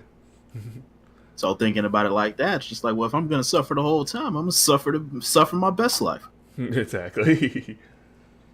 I don't. Do y'all have any questions I might be able to answer that's not spoiler territory? Nah, I'm good, bro. I got nothing. All right, then that's my thing. Without spoiling, 9 out of 10. I And got you, man. I could do. I'm probably gonna do a video of spoilers later down the line of why Of, it's only a of, 9. of course. Mm. But no. Now we can get into God Eater impressions. So far, I don't even think I'm 50% done with the game yet. I haven't been playing it as much. Mm. I'm at this very unfortunate shit. I'm at this very unfortunate point with me playing God Eater is that I've grown stagnant to playing it because I have over 400 hours on it in Mm. total. And because of that, I have a hard time playing it for long sessions. Mm. Yeah, so it's like I'm playing it in really slow doses, not necessarily out of boredom because I'm not bored. It's just that the God Eater slash Monster Hunter experience has become so stagnant to me that I would just rather play Apex Legends. You're just burnt out on the genre. Definitely. Fair enough. But so far, despite all that, this is an actual God Eater game made for the PS4, and like that, it's an 8 out of 10 because the game has just run so smoothly. Yeah, because the other one had frame rate issues, didn't it? Yes, but both of those games were PSP games upscaled to a PS4. Mm-hmm. And it still had more content than Anthem. Oh, nigga. Let me it is definitely a good game though. Mm-hmm. Interesting characters, interesting mechanics, interesting system, improvements all around. Mm-hmm. It's a great time, man. It's a great time. Nice. Yeah. I'd say, speaking of Anthem, that's our next thing. Speaking of trash. Speaking of absolute garbage. No. So, Anthem, it's not doing too hot. Nope. I might know like one guy that is hell bent on getting it, even though I warned him not to. Yeah. Who the hell was that, Venom? Nah, it's this guy I know, IRL. Oh, okay. Well, you too? Anthem in and of itself isn't necessarily a bad game. It had a bad start, and we all know about bad starts to games. Mm-hmm. But within like, I'm sorry, what's up? Well, because that's one of the things about it is like it's got a bad start because it's like so fucking like content empty. And my friend, like, I kept telling my friend that it's just kind of like it's a bad call because fucking it's gonna be fucking. You're gonna drop it like in 2 weeks, and he's like, "No, I won't." All this fucking like the usual bullshit when they basically mean I'm not gonna listen to you because even though you're giving me like good fucking advice, I feel like I want to ruin my life for some reason. And so like and fucking what was it like? Fucking I told him it's like this shit's gonna be like Destiny. It's not gonna be like Destiny. Then play Destiny. No, because Destiny's garbage. And I'm just kind of like, I'm pretty sure you just fucking talk shit about Anthem accidentally. But anyway, carry on. The problem, like content drought in a looter shooter isn't necessarily the issue. It's just that looter shooters have been around for so long that it does not allow BioWare and EA to make such a buggy product, like such a bad product on release. Because the Division went through that same exact thing. Granted, this was Ubisoft's first time making a looter shooter game as a live service that they're just going to keep updating as time progresses. It's their first time really doing a project like that. And and the other thing that's kind of like a bit more on the unacceptable side is that like fucking this is BioWare. They've made like similar genre-esque type games. So it's just kind of like for this to be like as is, it's not really fucking something that should be happening. I think SkillUp said it the best because he said BioWare is a company that makes great stories. And they don't necessarily make the best of games mechanically because Mass Effect. But what they were trying to do is that they were trying to get people who enjoy the monotony of the gameplay loop of looter shooters and at the same time try to give people a really deep story like BioWare does. But because they became so focused, they made 2 separate games inside and outside of playing in the Javelins that they did neither of them right. It's like, because it's a disconnect, because it's like Anthem only has the one area, and it's just like, oh my god, this game looks really pretty. But then you go out there for the 20th time, and it's just like, yeah, it's exactly the same. You're just like, I've seen all you have to show me. Yeah. But inside, they have good story. Well, I don't know about the story, but they have good storytelling. Right. But the characters have life. They have soul. They have something that you could be interested in if you wanted to be interested in them.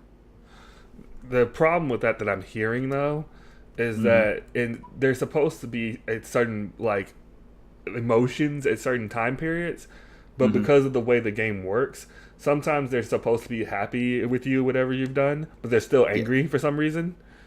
Oh, and it doesn't make any sense. That could be like a technological issue. Could be. Mm. But yeah, it's already got I think a 61 on Metacritic and a 2.9 on the user score. Mm-hmm. I mean, I will say that one of the things that I can't say I care for Metacritic because I've heard some really good arguments against that system. Mm-hmm. Um, I will say though that something that you might find funny, Moopsy, is that because of a certain game, it's probably going to sell a lot less now, according to a lot of reports. That game being Apex Legends. Yep. Oh yeah. So the reports have shown that because of Apex Legends' success and the fact that Fortnite is still a thing, Anthem will not only not reach its projected goal, but it might even go lower than the minimum it was going. Like for me, it's kind of like I am sort of like in a weird place of how to feel about Apex Legends. I do love the game, but Mm. it's also EA, so that's why I But thankfully see, haven't spent like a single penny here's on the the fucking beauty game. of it, though. EA didn't even touch it, according to the developers. Hmm. So not only did they get this as far as Apex goes, but Apex is literally fucking over EA Oh, because they're killing themselves. right, because it's like their free game is so good and so popular that it's killing over the games that are supposed to be saving the company. Exactly. But and I guess, but that's also like another thing I did want to touch on because it's kind of like, okay, so if it's killing EA, what happens when EA finally dies? What's gonna happen to Apex? Oh, respawn. They'll probably go to somebody else. Probably. If they were smart, they kept the rights to the game so they could just transfer servers to someone else. Yeah. Mm. Yeah. That's probably Or exactly what's gonna happen. They'll go somewhere or else and be more profitable. Yep. It might even be like, hey guys, guess what? You know how Apex used to have loot boxes? Not anymore. Mm. no, it's a free to play game. They're definitely going to have those because they need them. Mm-hmm. They I like guess, yeah. they need to monetize their game somehow, which is fine. But so long as you don't pull the Activision EA shit where As long as they don't go you've full already paid, Battlefront. yeah, like you paid for the core game, then you pay for like the season pass, and then they're just like, okay, well, we noticed that you've spent a lot of money on our game. How would you like to spend some more? Mm. Yeah, it's interesting though. Just looking at EA eating itself, basically. Yeah, yeah, Activision's doing the same thing. So Mm-hmm. some kind of crazy Ouroboros type bullshit. Yeah, I agree. definitely. No, I think I showed you Moopsy, but apparently they just did a patch. Like they call it a day one patch, but because the game has been out, thanks to the whole Origin thing and whatnot, it's technically a 7 day patch. But it was supposed to reduce load times, and apparently it didn't do that at all. And some I, reports say that the load times got even worse. Hmm. I think like I heard like I saw something like just like the cover of a video or something like that. But it's like apparently like someone compared the fucking load times to Sonic 06. I don't know how the end results were. Sonic 06 loaded faster. Yep, and it was able to play a good bit before it even started, and that's just one loading screen.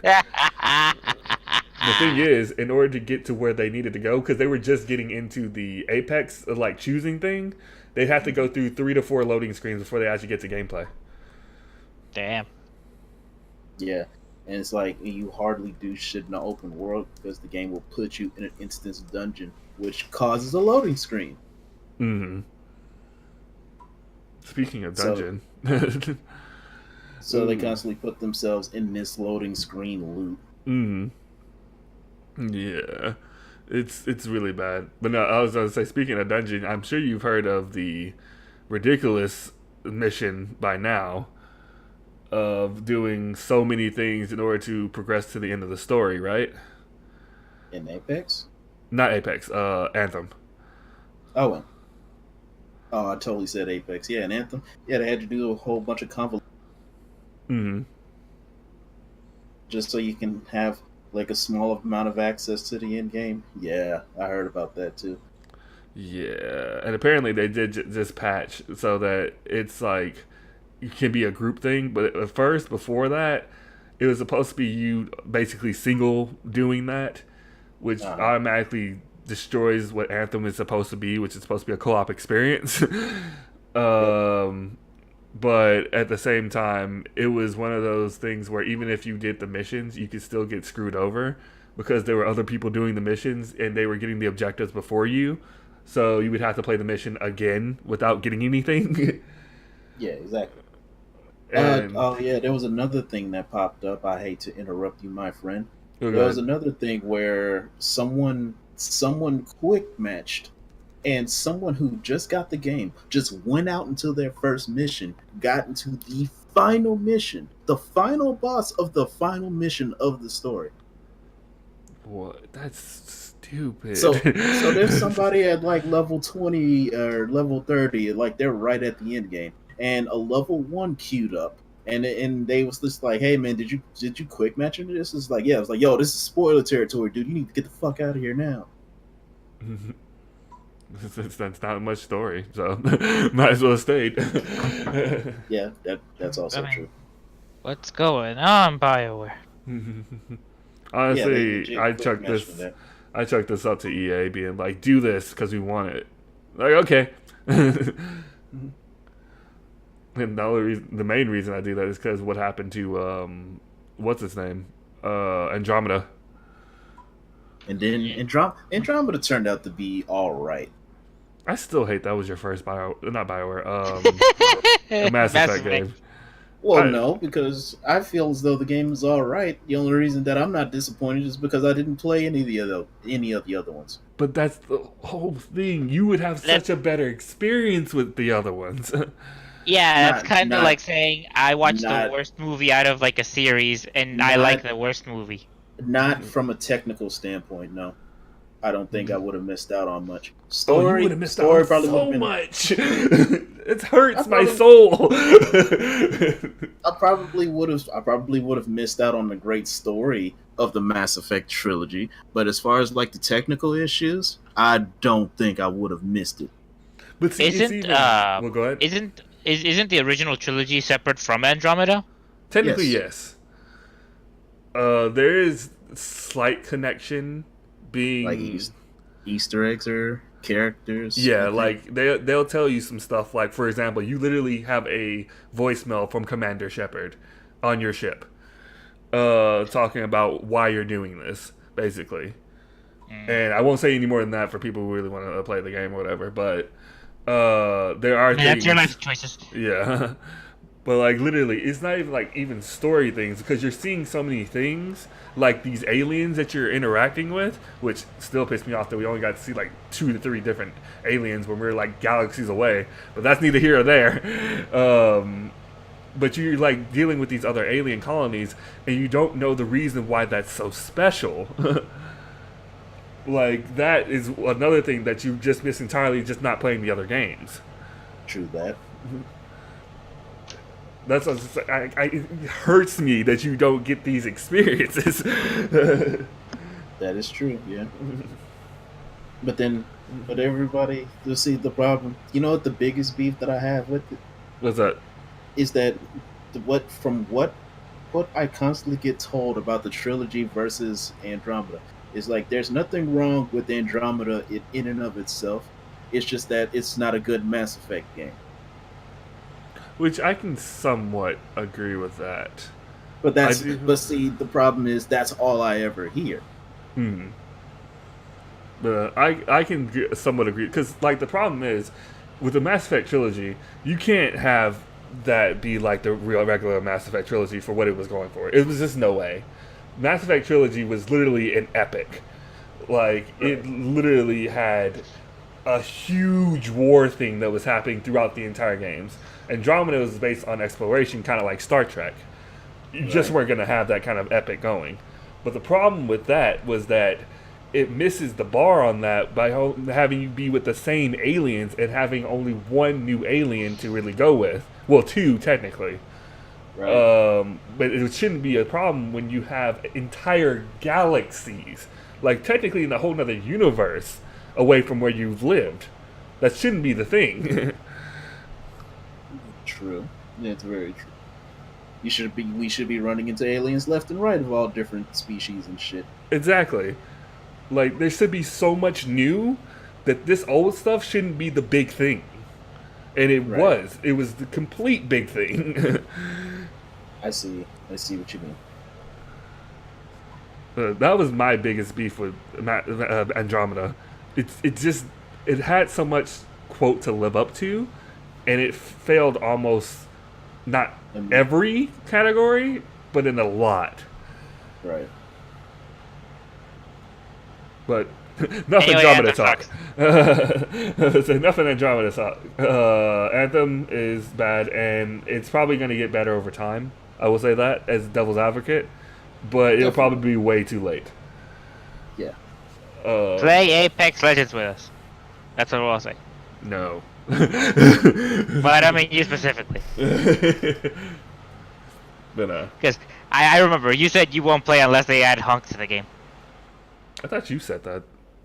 That's what I'm saying. Although I said that would be cool and it would make me interested in it. Yep. In Apex Legends? Yeah. Yeah. If they added Hunk to Apex Legends, Jazz would check it out. Who the hell is Hunk? I don't think you saw dude me from- play Forest Survivor, did you? No. Okay, so Hunk is basically what's known as the Grim Reaper in Resident Evil. Because he is the they're person. not gonna add that nigga in Apex Legends. What the fuck? To be honest, it would be kind of badass because of what he's been able to accomplish in his own world. Like, with everybody's hero, he could literally be one of the heroes just off what he's accomplished. I don't know about that one, Chief. You're trying to ask for something impossible. I don't think it'd be that impossible. Or maybe Eddie wants someone more possible like Geralt, because portals. Because portals. No, not even that. Like, what's like in a happy-go-lucky game like Apex Legends? Why would you want a Grim Reaper from a horror game series in the game? In it, the Because he's streams, badass. Like streams most don't- of them. Yeah, that's kind of like asking, like, why is Bayonetta and Smash? It's just like the two totally different genres. Yeah, I mean, do you really need a reason? I'm just saying, man. I think that's reaching. But then again, we got Negan and Tekken, so you know. Yeah, exactly. I was just about to point that out too. It's like, so we have So it's like, you can be hyped for Negan and Tekken, but not this? Well, the reason that I'm hyped for Negan and Tekken and not Hunk in Apex Legends is because one of them is actually fucking happening, Jazz. Well, I mean, You better send me spawn a message. Use your no-name podcast cloud. You know what's funny about this conversation? I just realized something. PUBG is getting a Resident Evil crossover. Really? Yeah, they are on the mobile game. I think I heard something about that. I haven't, but that's because I haven't heard about it. I've never really touched PUBG. It's kind of weird. Now that I was thinking about it, it's like, wait a minute. I think PUBG was doing something with another game, and they said something about giving an animal an AK-47. People was just like, I heard about that too. I was like, what? I don't get it. I think they're just trying to be relevant again. I mean, Dude, what they've been with trying to be Apex relevant Legends? since Fortnite came out. I mean, they were kind of just their main competitor, really. They were killing the game just like Fortnite is now, but the only reason that they were killing the game was because they were the only ones there. Exactly. Although I also, from what I remember, there was like some scummy shit that fucking Bluehole pulled too. Before I think like when Fortnite was still new. Mm-hmm. Oh yeah, because they was just like, hey, they copied the battle royale genre from us, the people that stole it from DayZ, who then stole it from Minecraft. Exactly. I think it was that, and I think there was like something. It was something that was basically like nickel and diming the customers. They came out with their own battle pass. Yeah. I think was it that? I'll look it up later. Mm. They came out with their own battle pass that did not give cosmetics at all. Because No. I think another one was it had to do something with like those like like buying selling sites that like some of those guys have to deal with. Mm-hmm. No, I think we're done with Anthem. So We stopped talking about Anthem ages ago. We're now just talking about it's games in just that general. bad. Now we get to the MK11 Summit controversy. Woo! Now I Thank you, thought Ernesto. I say he totally helped summed it up for you. I would not have had a chance to fucking research it after today. Mm-hmm. Although because of this, I don't know if I'm gonna get into that one due to the things on it, but we'll see. But with the MK11 thing, how much do you know about this, Eddie? I noticed. I know a little bit because of Reddit. Mm-hmm. So basically, for the pod people, this all started basically just kind of like a thing for Mortal Kombat. It's like players to really showcase the game stuff, whatever. And then they have a NDA, which is non-disclosure agreement, which is supposed to give to the people who are coming to say who's coming or not, but not tell anybody. And apparently, this NDA got broken to, I guess, Tweety and there's a couple others, and then Tweety started to really like getting in onto other content creators, players, and whatnot, saying why are they going instead of quote Sonic Fox or other notable players. Yeah, people he feels are more deserving. Exactly. Like he's like legit like super profanity everything calling them out. Of course, you have people like Max and Sherry being like, "Who cares? Sure, whatever. I don't want to go anyway." Um, and then I forgot what happened next. Was it the fact that he lost his sponsorship because of it? Or was it Chris G's thing first?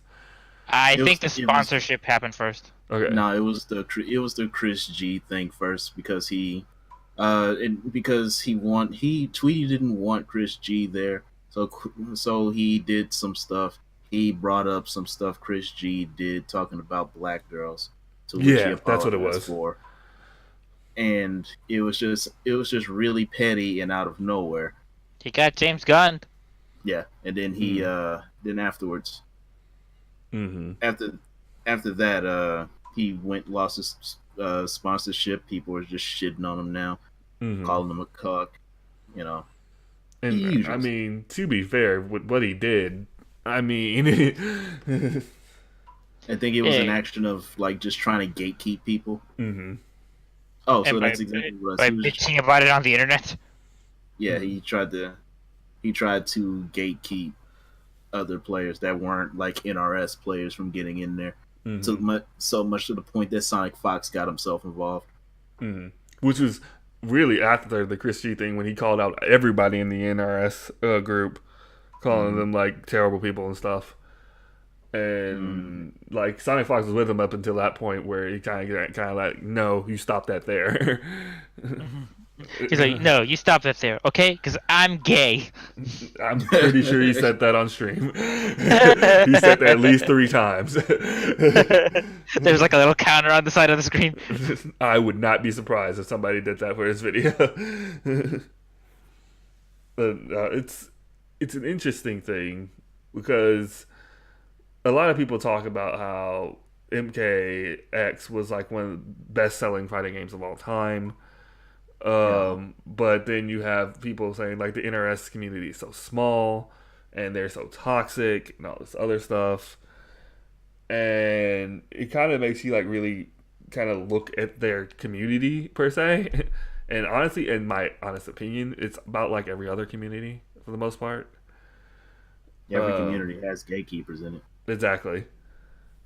Actually, as a matter of fact, I'm glad I've changed my ways because I was a hypocrite about that at one point myself. Because there was a point when Tekken 7 was coming out, and Maximilian was covering Tekken 7, and I'm like, why would they use Maximilian when they could have somebody who just loves the shit out of Tekken, like the main man or someone like that?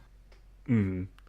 But I think you explained. I think like in that particular podcast, I think so too. Mm-hmm. That you explained to me why Maximilian got chose. Just because I wasn't watching Max, but I did watch the main man.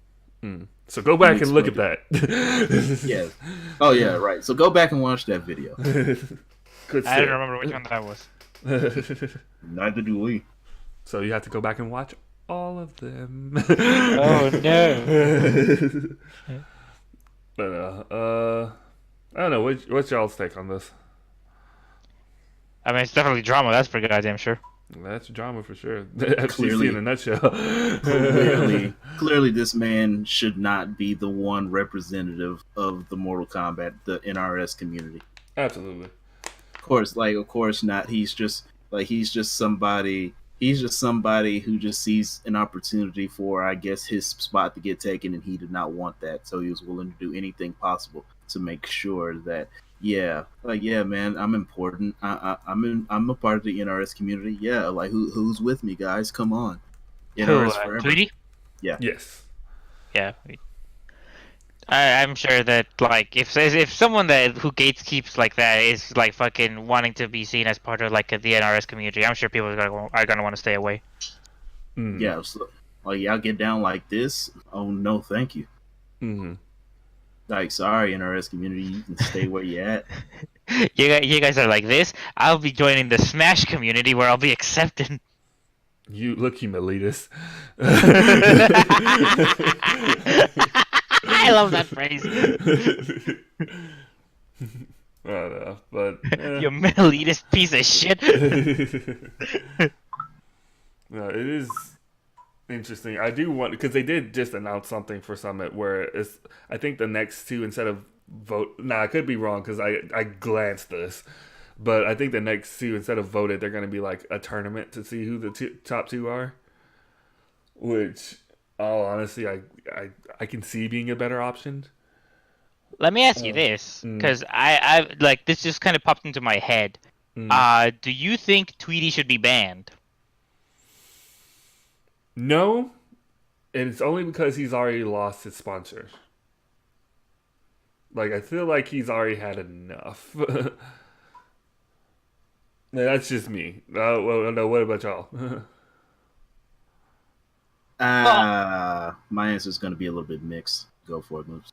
Well, no, because I was gonna say because the big reason I ask is because seeing as how like I imagine people would want to take like breaking of NDAs more serious, so like I wouldn't be surprised, but like I get what really, you're saying now. yeah. Oh, that's another very important part too. I didn't think about that. Yeah. I didn't think about that. Because while you're thinking, I'll try to finish up. Because it's just like, but it's like that's the reason I'm asking is because like since he lost his sponsorship and he's getting crap and all that stuff, so it's just like his bad attitude is what got him lost the sponsorship. But it's just kind of like because of like how serious people try to like or people how serious, let me use words, people take NDAs. I imagine that there's got to be like some repercussions for that in and of itself. So like since like losing sponsorships is one aspect, that's why like the question popped up in my head about like do you think that he will or he should lose or should be banned from tournaments? Well, so here's the thing. I'm not sure on this, so I might be speaking out my ass here, but I don't think he was the one who broke the NDA per se. Like whoever showed it to him really broke the NDA. Right. And I mean like that's understandable. So like in that aspect I feel like I still kind of stand by my statement in a way. Like he's already kind of lost pretty much everything really. Like he's already not going to be able to make a lot of tournaments now just because he's not sponsored anymore. Damage has already kind of been done. Right. And that's just my take on it. Like I know Eddie, you said you had a different stance on it. I had a different opinion, but now I think something else, something that was told to me made me change my answer. Are you waiting for mine? Because you sound like you had something else. Yeah, you go ahead. Okay. Are you sure? Yeah. All right, cool. I think he should. And let me tell you why. Because not it wasn't necessarily that he brought drama, but he did something that not only broke the NDA. I was about to say NBA. Holy shit! I'm over here Oh shooting shit! threes in this But not only did he participate in the breaking of an NDA, but he also tried to besmirch. You're cutting off kind of Yeah, bad. you What'd you cut say? off really bad. I saw it too. I saw a red bar. I said not only did he contribute to the breach of an NDA, he also tried to besmirch someone's name just because he wasn't all right with them. Anybody that goes through like anybody who tries to go after you for some shit that you said half a decade ago, only to do that just so you wouldn't be a part of something that they're jealous that they didn't get into. That's a level of pettiness that shows a true character. And if you're going to be dealing with people like that, and if you want the FGC to grow, you would have to ban people like Yeah, that's like if he next level poor sportsmanship. yeah like Mhm. that's like it's not because it's different when you're like Jazz is a faggot, pass it down. Like that's different. Like Mhm. that's just banter. We talk shit all the time. But this man went through someone else's past that not only did he apologize for, but he made amends with. And only to bring that into the light just so they could lose whatever thing that they earned, just so you have another chance to bring yourself up there. He literally tried to ruin someone's career just because of his jealousy towards that person in that position. Mhm. And his true colors really showed in that moment right there, because he got so jealous and so full of hate and spite to the point where he tried to bring down someone's character, try to defame someone's character just out of pure hate. Mhm. And if you want whatever thing to grow, you can't have people like that in there. It doesn't matter who you are. Mhm. You can't you like things like that should be disavowed. Which, yeah, I can respect that, honestly. I'm just, I feel like I understand completely what you say. I feel like when he lost his When he lost a, sponsorship, he's it's like already okay, defamed himself. He's done like the exact opposite he happened. he's already dead. Make it stop. Pretty much Exactly. like that. Yeah, and because of that, I feel like it's going a bit too far, almost, to do that as well on top of it. Mm. Because he's already not even going to probably be in a lot of events now, because Yeah. of that.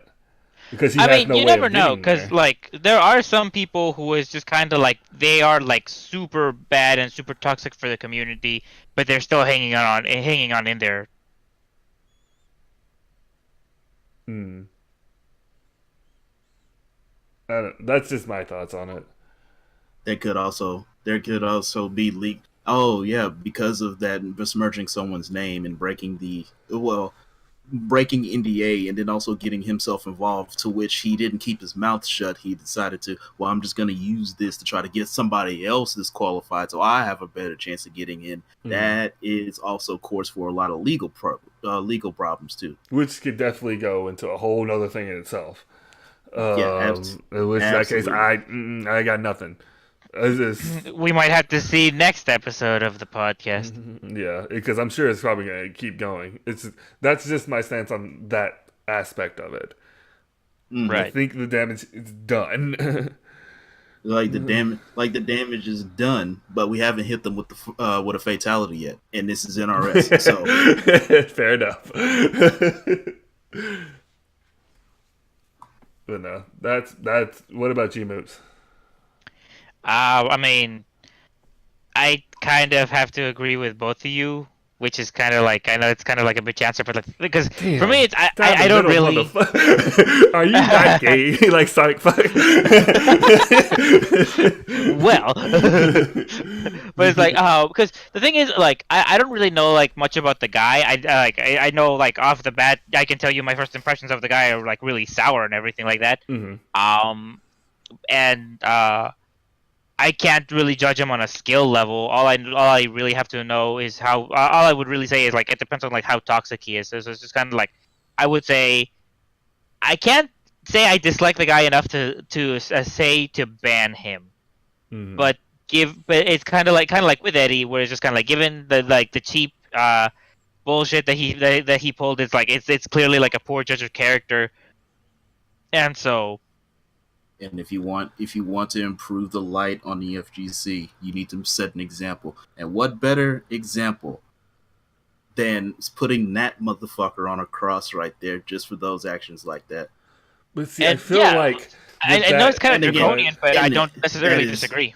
it's draconian. Yeah, it's definitely draconian. It's a very fucked up way of going about it. I'll agree, right? And you're probably right. It doesn't need to be like that. But in an already struggling FGC, if you, in the long run, if you want to make this a very open place, and they see shit like that, and people get away with that, and they just like, yo, but isn't this person who just tried to ruin somebody's career, and they're still hanging around? I think that's just going to taint it even more. Plus, also, if the FGC is dependent on sponsorships, and you're willing to carry people who are willing to who are not, while he himself did not break NDA, he's willing to associate with people who do. It just kind of brings everyone else's character into question. which I completely understand, and y'all are right on that. But I feel like with what you just said and our current society, that's gonna get a lot worse than you think. Oh, because of the outrage culture? Exactly. Like what you I just didn't. said, people are gonna take that to way more extremes than you think. I, I thought about that too, but I thought doing that, my idea was exactly how to shut that up in and of itself. Because Plus, someone did something really horrible and tried to ruin someone's life, and it turns out that they were behind it. They should be handled more than properly. This isn't plus, this isn't like Vic. I'm sorry. This isn't like Vic Mañana. Mignana. Hmm. Yeah, Yeah. it isn't like Vic Mignana having mere accusations about some wrongdoings, and then now the man's career is ruined. There Mm. is absolute proof that this person did what he did, Mm. and he associated with other people who broke an NDA, which is legal troubles of himself. Then he tried to besmirch someone's character. You have a literal fucking scumbag right here. Mm. Make an example out of him. Also, one thing that I want you to know, Jess, I wasn't the one that brought up the big thing. Yeah, it was me. Yeah, Definitely. I kind of found a little funny. Yeah, but because like I will also say though, there's kind of like part of the reason why I do think that there can be some effectiveness to like the banning thing is because like this is someone that I feel like if he's willing to do this, I can't imagine he's got like a lot of good standing among the FGC. So if he's someone who were to get put up on the cross, then that would mean that if he were to get put to task and he were to get banned and all that stuff, not a lot of people would feel as much sympathy. But see, that I feel like in that aspect, that's where the rage culture is going to go even further than normal, versus someone like, say, I don't know, an Alex Valle per se, who was in the same situation. I feel like the rage culture wouldn't be as much, but with this guy, I feel like it's going to go straight to crap if you do that. That's just my opinion on that. Like, I get what you're saying, and if it happens, so be it, whatever. But I What's important here, the most important part about this is that the three of us understand each other's points. exactly. Yeah. Hmm. Also, Sonic Fox is gay. Very gay. What? I didn't know that. Two dudes at the same time. Oh my god, that fucking joke. Whether or not he did it, I like it. If he did it, props. I'm not gonna lie. Hey man, do you? Oh, it's okay. Okay, you know what? I wish people would handle this like they handled infiltration dealing with his ex-wife. Mm, Because there were, I think some people just outright blacklisted him, right? But a Mm. lot of people saying just like these are just allegations. These are all alleged things. Why don't we just wait until everything has been put on the table, and then Yeah, we let the make our courts do it. it's Yeah. just our culture these days. It's Yeah, just the way yeah, it is. yeah, I know. But Mm. that's why I voted for an objective thing. Hmm. You're kind of objective too, but you're just like there's too many objectives. Way too many. You gotta complete some of these. I Mission just don't. failed. We'll get it next time. I just don't like people being so hot headed to the point where, oh my god, you think this person do that? Well, let's just hang this Negro right now. Exactly. Yeah. But then at the same time, we have the proof of somebody doing something with 145% proof, and people are just like, "Well, hold on a second." Like that's not how that works. Mm-hmm. That's how does that work? That's not right. Mm-hmm. Yeah, it obviously like the court of public opinion is one of like the worst things about this. Mm-hmm. Yeah, public opinion is garbage. But no, that's my thing. Anything else on this one? No, Let's hope MK11's good. Yeah. I hope Noob Saibot comes to Mortal Kombat 11. If not, if I ever get to the point where I could play the game without him, I would probably main Jade. Please let this be the one that brings in Spawn. Both of those are very likely things. Mainly was time travel, and because McFarlane's doing some toys for Mortal Kombat 11. Plus portals. Plus portals, so Charles is coming too. And he could, because they are using a lot more weapons this time. Let's get to some super minor stuff. Reggie's gone from Nintendo. No. Now say what you want. That's the most baller CEO in the fucking world right there. Former CEO. I can't imagine anyone really had much bad stuff to say about Reggie. Nah, man. What CEO of a company can go onto a major tournament stage, talk to the dude who just won you're like, yo, I'm gonna whoop your ass. Exactly. I'm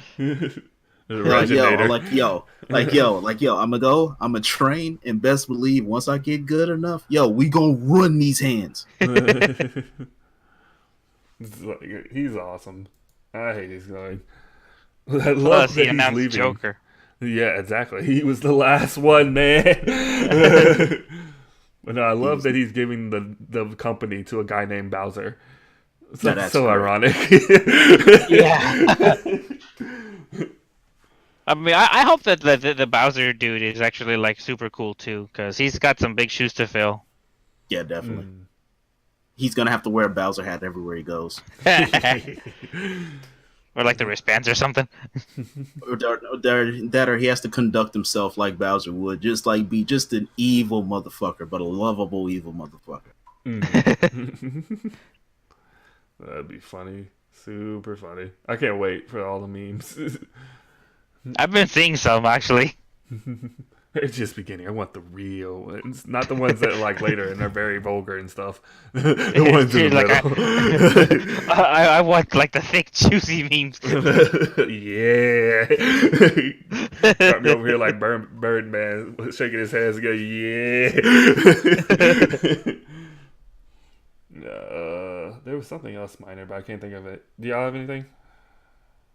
No, I don't have any. I don't have any minor stories anymore.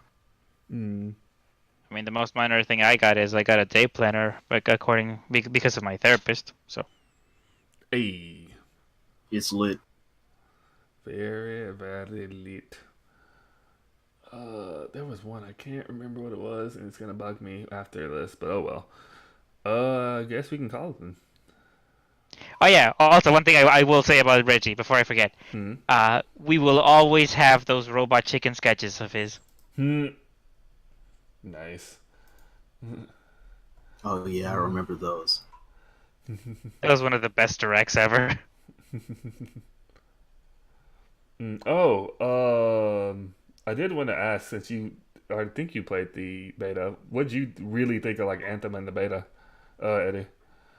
Dude, it was really, really bland.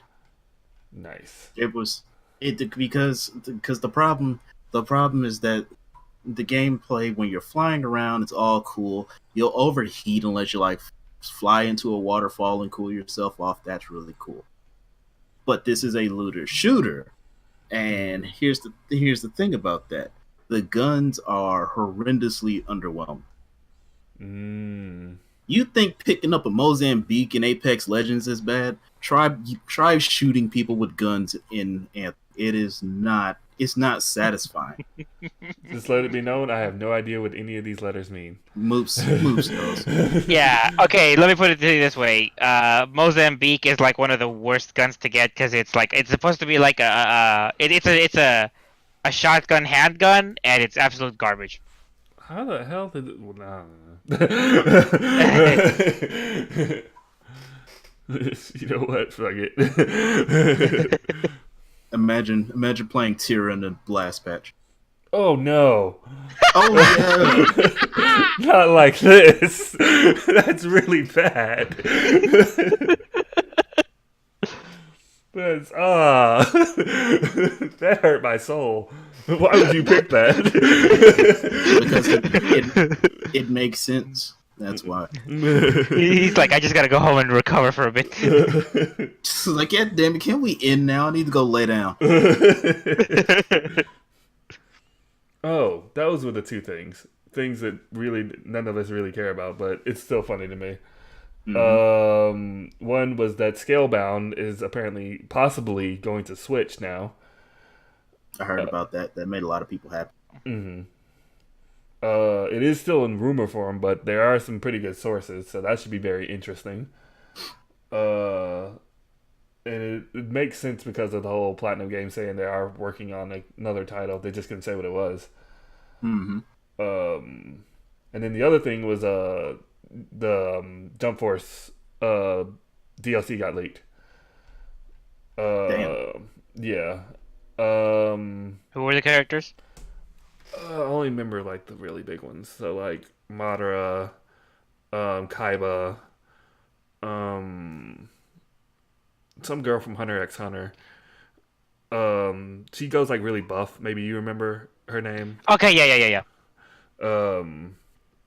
Then another One Piece character, All Might.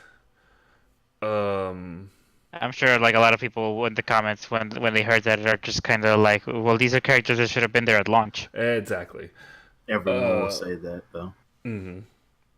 I'm one of them. Well, I'm not, but that's because I said I'm not interested in Jump Force. Exactly. The only reason I was interested in Jump Force is because I had 4 of the people that was like, I really want you to play Jump Force with me. It's like, well, where's my character that wants to play? He's not in there. I don't care then. He's gonna be DLC. Then I'm not gonna be there. But I forgot what the other 4 were because I really didn't care. They For were like obscure animes. yeah. Yeah. Because I mean, like, I'm sure that like if Eddie saw the roster, if he saw Die, I'd just be like, he'd be like, I don't know who this is. Definitely. At least you're honest. But no, like Eddie said, and both of y'all said, these are characters that should have been in the beginning. Also, we've had some pretty funny memes out of that game. For example, my favorite one, Frieza just floating away saying he must go to this planet, only to die on the way there. He gets the Poochie treatment. Oh, man. But overall, that game... Oh! That's who it was. Kid Buu and... what's Deku's rival, Bakugo? Bakugo? That garbage can? Is that right? That's right. That garbage can. Yeah, that guy. It's like, well, that's the thing, Eddie. It's like, I'm sure a lot of people in the comments would be pissed off and they'd be like, Bakugo is best boy. Yeah, and I'm like, I don't pissing care. them off, not me. Yeah, I know. And I will admit that because I fucking think Bakugo is trash. I only like All Might in that show, so... Yeah. I know you do, Jess. But yeah, those are the other characters I couldn't think of. Alright. Kid Buu and that one. So all characters that should have been in there in the first place, but I legit almost forget that fucking Cell's in the game. I forget that fucking Piccolo's in the game. Why isn't Gohan here? But Hunter x Hunter has girls. Yes, they do. They're all buff. But no, I think that was it for the minor ones.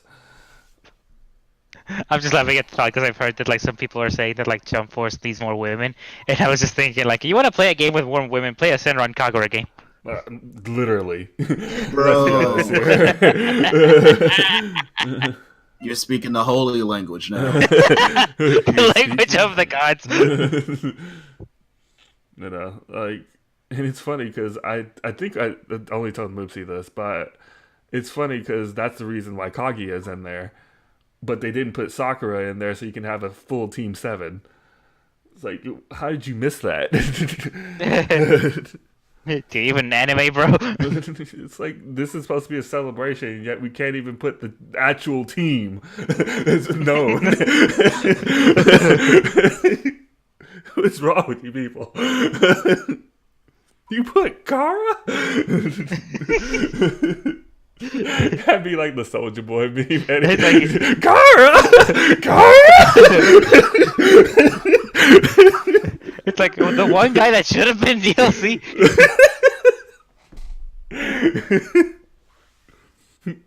The one that still has the thing, beast inside him? Kara! No, the Jump Force is trash. Fight me. I'll say this: if they ever make like a complete edition, I might check it out. You know that's coming. Yes, yeah. And I tell you what, if they do, I might, super might consider it. All might. All might consider it. Because I told Moots I just wanted one character, and now he's DLC, and I could care less now. It's like, I have one word for you: go fuck yourselves. But I think that was it.